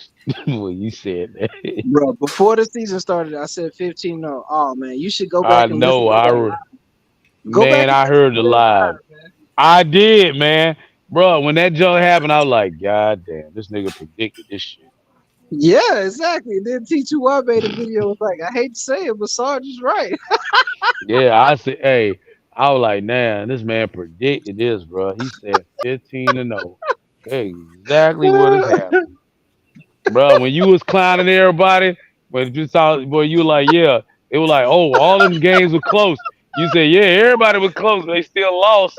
Bro, I was like, God, man, I was like, man, leave this man alone, bro. Bro, when you said 15-0, I was like, come on, man. Boy, as that thing with the going down got closer and That joke was closer. hilarious, man. When that last, hey, bro, that last game came in, I was like, this man unpredicted this. This man predicted the future, bro. Bro, I I started to hit said you that up and say, prediction hey, let in me get them April, lotto boy, when numbers, the man. schedule came out. I said 15-0. I said we ain't got nothing but cupcakes and Pop Tarts. Bro, exactly. You came on here and said it. You said 15-0. We got As soon cupcake as and the Pop schedule Tart. dropped, I called it. I know, man, bro. When you came on here and said 15-0, I was like, all right, he feeling himself. Cause they don't want, they won the championship. Everybody think 'cause they won it, they gonna win it again. Bro, them games kept coming, kept coming. I like, God damn, this man about to predict this Oh shit, bro. man, bro. I don't care if you was a When game off. I'd have when been. that Ohio State kicker missed that kick, bro, I was like, oh Oh my goodness. I Lord, knew he bro. was gonna kill TCU. Oh yeah, me too. Hey, I put money on y'all. I was like, man, hey, bro, I was arguing with everybody. Everybody like, man, TCU for real. They gonna upset Georgia. I said, man, you crazy. I said Georgia gonna blow them out by 20. Bro, I said 20. bro. Hey, man, look, I put 200 on that game. Thank you, Sauce. Thank you, Sauce. Good boy, I racked it. I racked, boy, I racked it. Y'all covered the spread and everything. Cause I said, man, y'all gonna beat them by 20. Oh Lord, I didn't know y'all gonna stump them like that. Cause a lot of people Bruh, thought TCU. A lot of people better with TCU for the upset. bruh, so much hype in the TCU. I made a Yeah, it was video a on lot, my old page. On my old page, just like I did the night before the national championship, the first time we won, I made another video guaranteeing a win over TCU. Guaranteed. bro. When you came on here and you said 15-0, I was like, okay, he won the championship, so okay, he feeling himself because they won the championship. He felt like they gonna get again. Right. Bro, when that as the games were going by, hey, when When that the hate, joke got to about 10, got well, about 10, I'm when, like, oh, I was like, when the man, hate this gonna don't work, get when the hate don't work, they start to lie. Talking bro, about I ain't Georgia, gonna Yeah, lie. bro. That's what happens, talking man. about Georgia Tech gonna come to play. Play who? Man, bro, that's what, man, let me tell you something. T2I, Stop. man. Bro, I work with a Georgia Tech alumni. He loves showing this. Don't even Oh, pay yeah, I attention went to there. that Georgia Tech money. Man, the heck no, I don't pay attention. When I told that nigga, I said, well, let's say bet 50 on the game. Oh no, man, because see, it's gonna be. I mean, I don't want to hear that junk, man. Don't give me no excuses. You saying y'all gonna win by 10? Go ahead. Talking about, well, give me the points. Give me the point, man. Come on, man. I'm done. I'm done. I'm done. You don't All don't off sell season me last out. year, I heard, oh, it's gonna take Georgia another 40 years to win it, and only won because of two wide receivers. Blah blah blah. Stetson Bennett ain't gonna win. Ain't no way he got a snowball chance in hell. He going back to back. I'm gonna tell you when I know it was real when they got That boy to went that out 10 there and game, killed him, dog. bro. That 10 game, and then I was like, oh, Michigan close. Once that field goal, man, hey, once that field goal Yeah, went, I once said Ohio that's State missed that's the that end of field it. goal, I knew we was With gonna win the Ohio national State, championship. yeah, It was with Ohio State, because I felt like Ohio State was the last link to knock y'all off. When I seen that field goal, he missed that field. I said, man, Georgia done won the national title. I don't give a damn if got them Dallas Cowboys in the national title.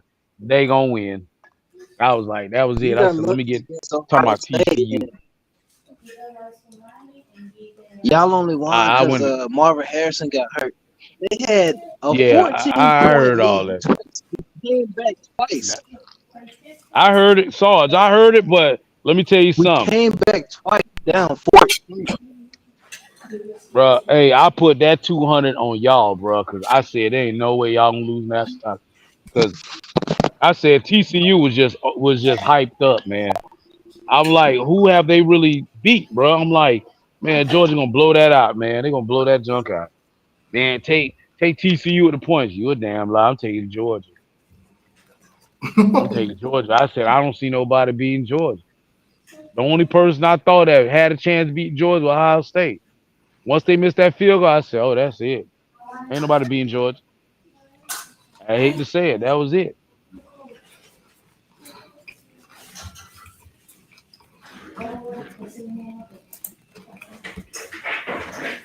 A bunch of folks were trying to copy my style. A bunch of people started saying, "Oh, 15 to go, 15 to go." Like, you can't do what I did. You can't do it, Nah, man. You call Sarge. I ain't gonna lie. You called that, bro. I bro. was As like, soon bro. as the I thought, schedule Sarge. dropped, I bro. thought you were being arrogant because you were feeling yourself because y'all won a national title, like a lot of people. And a lot of them people, they win that championship the one year, they come in here and talk, we gonna win it again. They lose. I thought the same Man, thing. what the Kentucky say? Count your days. I know, man. Kentucky say a lot of stuff, man. They've been talking a lot of trash, man. I mean, Oh, they they feeling talk a themselves. lot of They trash. ran all They they talk a lot of yeah they trash. ran yeah they ran all over the Florida Lizards. Yeah, Florida got their head. Florida got a damn helium pump to pump their head all the way up to as big as it could go. But they need to take that number 15 jersey off, man, I because think that Kentucky dinking will and beat Florida dunking. State right now. I don't know, man. We'll see what happens on I don't know. Saturday, man. We'll see what happens.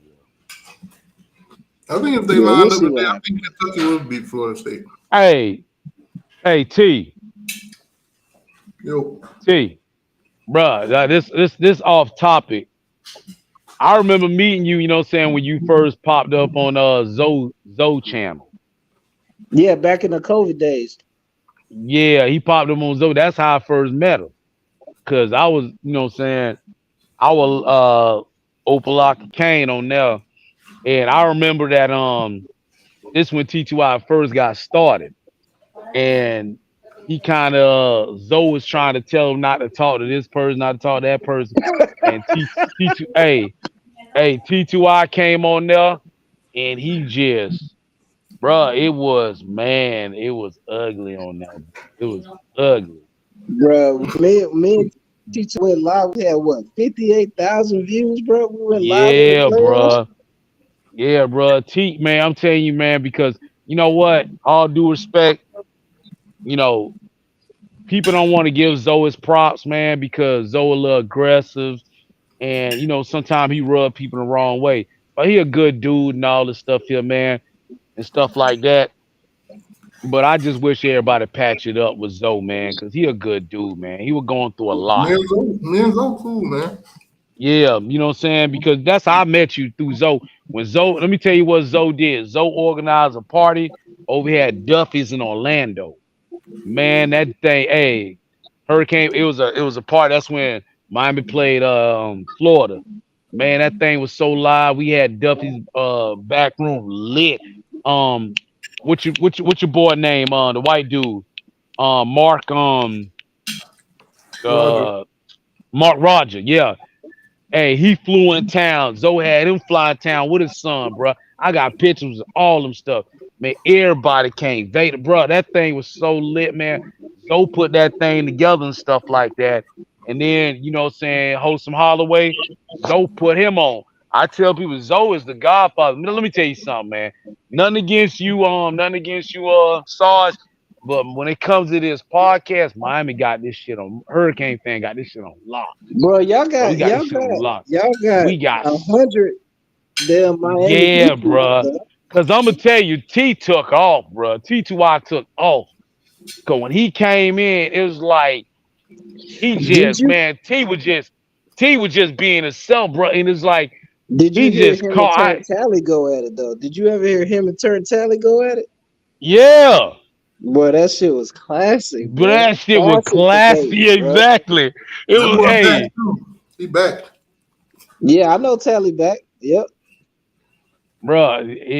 I just knew T was so I subscribed. I would talk to him and all the stuff, man. And it just took off, man. It just like Wholesome Holloway, and it was like you were getting different flavors from everybody. But the thing would Yeah. kind of hurt me because everybody forgot about Zoe. Nobody was really mess with Zoe and stuff like that. And That would everybody, hurt me. Nobody had hurt me he, with Zoe because I was fucking with him regardless. yeah, you know what I'm saying. When he kind of got sideways with me, I went ahead. He hit me up and apologized to me about this stuff, man. Cause we got to a big argument on that junk, and it wasn't even about football. It was about city. Cause he was saying, because he I was talking remember about, that oh yeah, show. oh I you remember remember that when he that. was talking about, yeah, Panama City. We talking about Panama City. Miami Soft. Yeah, cause he talking about I Panama still City. remember that show. I I like still remember Panama what's the City. name was in the chat. Yeah, I said Panama City. I said that don't Young pie Jedi. jump, man. Young Jedi, yeah. And bro, like man, Shout that out to don't Young pie ass Jedi, jump. man. Jedi used to have you crack it up, dog. Me too. Hey, what happened to Jit, man? Anybody heard from him? Nah, man. T, Nah, T2I, you ain't heard nothing from him? he went haywire. I don't know. I ain't heard nothing about Lil Jit, man, in a minute, bro. But Jit was up on it. He was up on some stuff, man. But nah, man, I knew T was gonna take off. So I subscribed and just kept riding, and the shows got better and better and better, man, and stuff like that, man. I was just loving that stuff, man. And then I forgot what game I was at. You know what's You was at crazy? that game. I When forgot I what first game. started this channel, I thought about never putting myself on camera. I thought I was just gonna Yeah, do the voice and just show the highlights and photos and everything that I talk about. yeah, but at one point you were rocking the sunglasses heavy. That's all you did, rock the sunglasses. I got that And from heavy. Uncle Lou. You know, it's funny when me and Turtelli kind of went at it. He said he tried to be like me wearing sunglasses. I was like, man, Yeah, yeah. I I got that got from it. Yeah, Uncle I Lou. remember that. Because I used to do the shows and I used to look back at it like, damn, my eyes look blurry as hell because that light. Yeah, When you look at a computer for a long time, your eyes get blurry. bro. You have my wife and my 9-year-old. Every time you say hammer game, they were like they thought you were saying hammer game, and they kept saying hammer game. My son was going crazy, like daddy, daddy, daddy, hammer game. But all that, like before I came on the scene, I had all that planned out.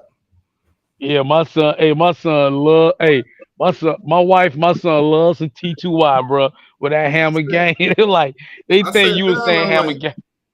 I gotta get a slogan. I gotta get something that people gonna always remember me by. So if they see me in person, they always do it, and it worked out. Right, right. But I was like, whatever Oh, the that message worked is, it out, gotta bro. be positive, but it can't be too corny.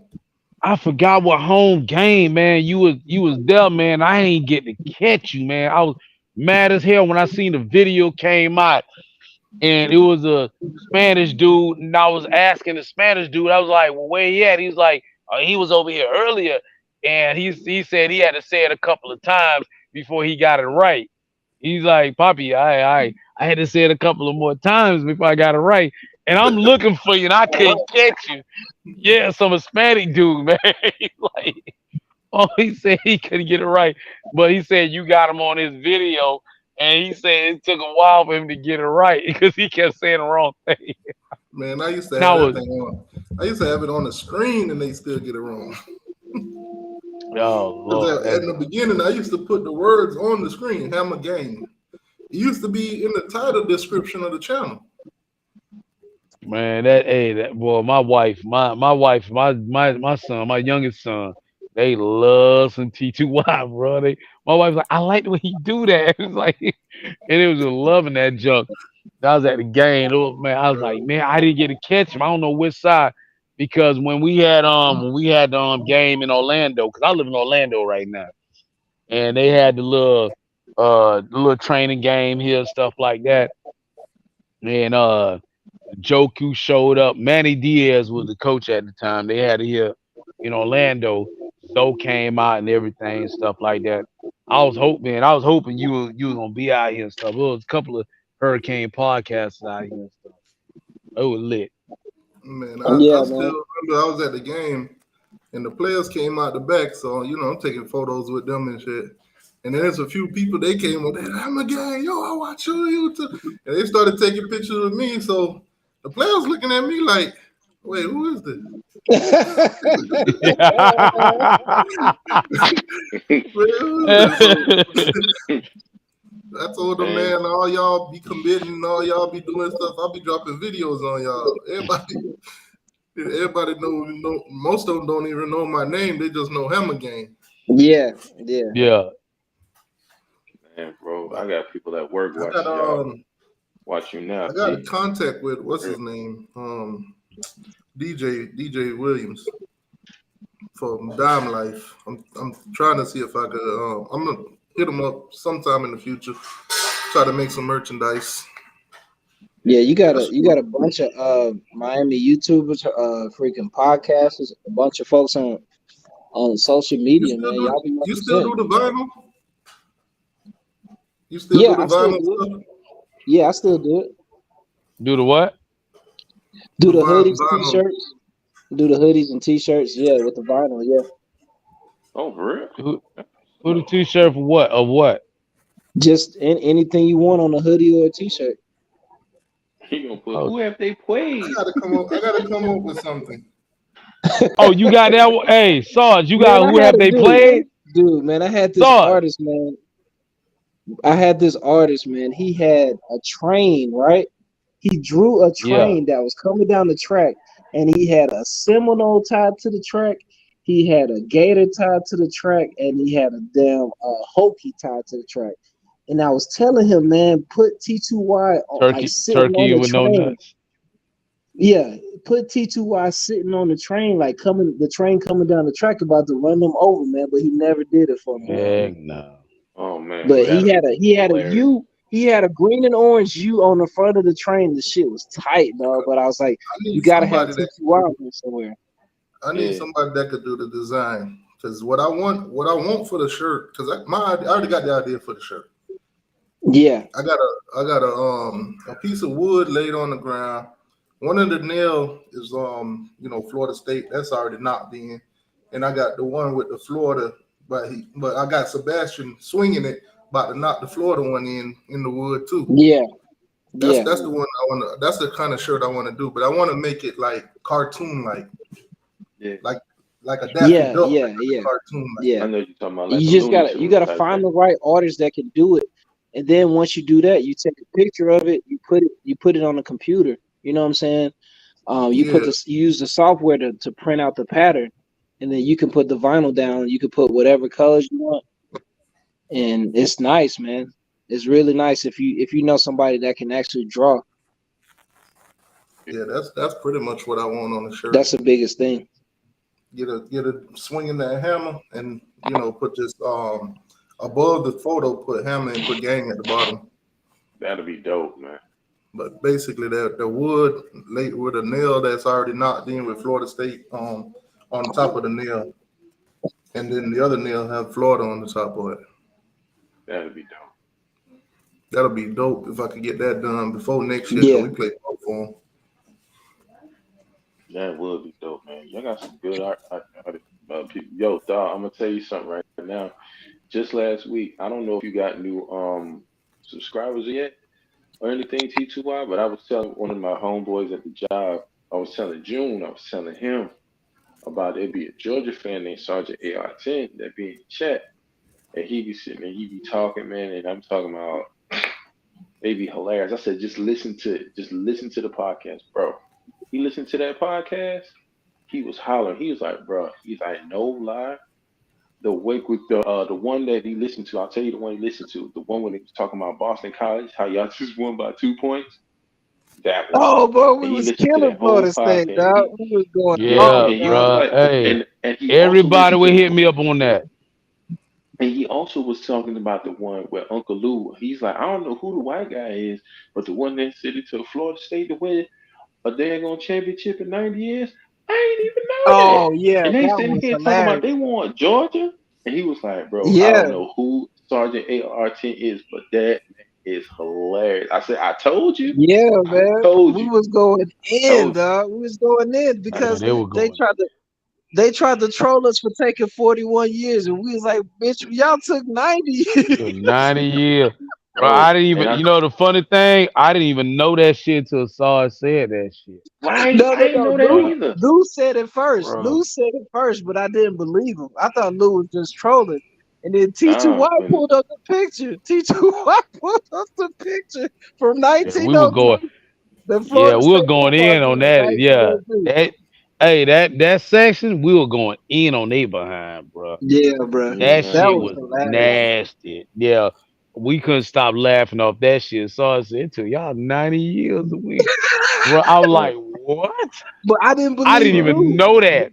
When I Lou didn't first know it said it, either. I didn't believe him, man. I was like, it's Me no way. neither. They had to win something before 93. And then we No. looked it up, and it was like, no, Nope. it really took Oh, them I 90 knew that years. yeah, I know, but see, Saw, I know they ain't win nothing, saying with 93. I know they ain't win nothing, but I Yeah, didn't know it was that, I didn't know it was that freaking long because Me yeah, Florida State neither. was always ACC championship, ACC, and we used to laugh at they behind. Oh, y'all win the ACC again. Oh, okay. And nigga, uh-huh, you still ain't won a championship. We used to uh-huh, clown them so because the one year they sat up there and they were like, see, I'm a little older. The one year they sat up there and they were like, yeah, okay. They came in ranked number one over Miami, and Miami just won the national title. They was right, clowning all this stuff here, beat the brakes off they behind, right, and they just kept right. all they used to hear about Florida State ACC championship, ACC championship. And y'all gonna win a championship, They did the same and thing then to I us a couple and then years I ago, man. clowned them. I clowned them because Miami was on probation. That's when they won their first championship. We was on probation. Right, We had right. Right. sanctions. The And Florida and the Gators Florida had to State, take us off their whole schedule to win the championship. that's what they had to do. They That's had to why I do that. respect, There and you that's go, why I Sarge. respect Bobby, and that's why I respect Bobby Bowden so much Yeah, There that's you, the because he picture. didn't take That's us the there you off. picture go, right Sarge. there. There go Florida State 1902 team. God Ooh, damn. That's the picture God right there. damn. that's the So when picture. T2 I posted that, I was screaming, dog. I was dying laughing when he posted that, man. They try to act like this team never happened. Bro. Yeah, Nah, they didn't and they want tried they didn't want troll y'all to me show for that. taking 41 years when it took y'all 90. Right. Bruh. So you took y'all extra because you know why Sergeant took them 90 years? Because they had to shut down the daggone program for 40 years because they wasn't working Yeah, there. That's why. yeah, because they were so trash. Oh God, Imagine being a clown school, Bro, Florida bro. State was a girl all school, girls man. school. It was Remember, all hey, girls school. and let Anybody me ask know you, anything? If you from Florida or you lived in Florida for some years, you know Florida State was a girl school, bro. Cut it out. bro. Yeah, I man, knew but that living you in New can't be York, clowning bro. me. Anyway, I knew man, that. I'm gonna shut this thing down. I need to go sleep. All right, Yeah. All man. right, bro. I All got right, work bro. Sunday Well, hey, morning. when you finna have the next show? Saturday morning. No, yeah, Saturday morning. All All right, right, bro. I'm gonna come. I'm off. All right, bro. Hey, good Damn. talking to y'all fellas, man. All Sarge, right, stay up, man. most definitely. All right, See ya. y'all. All right.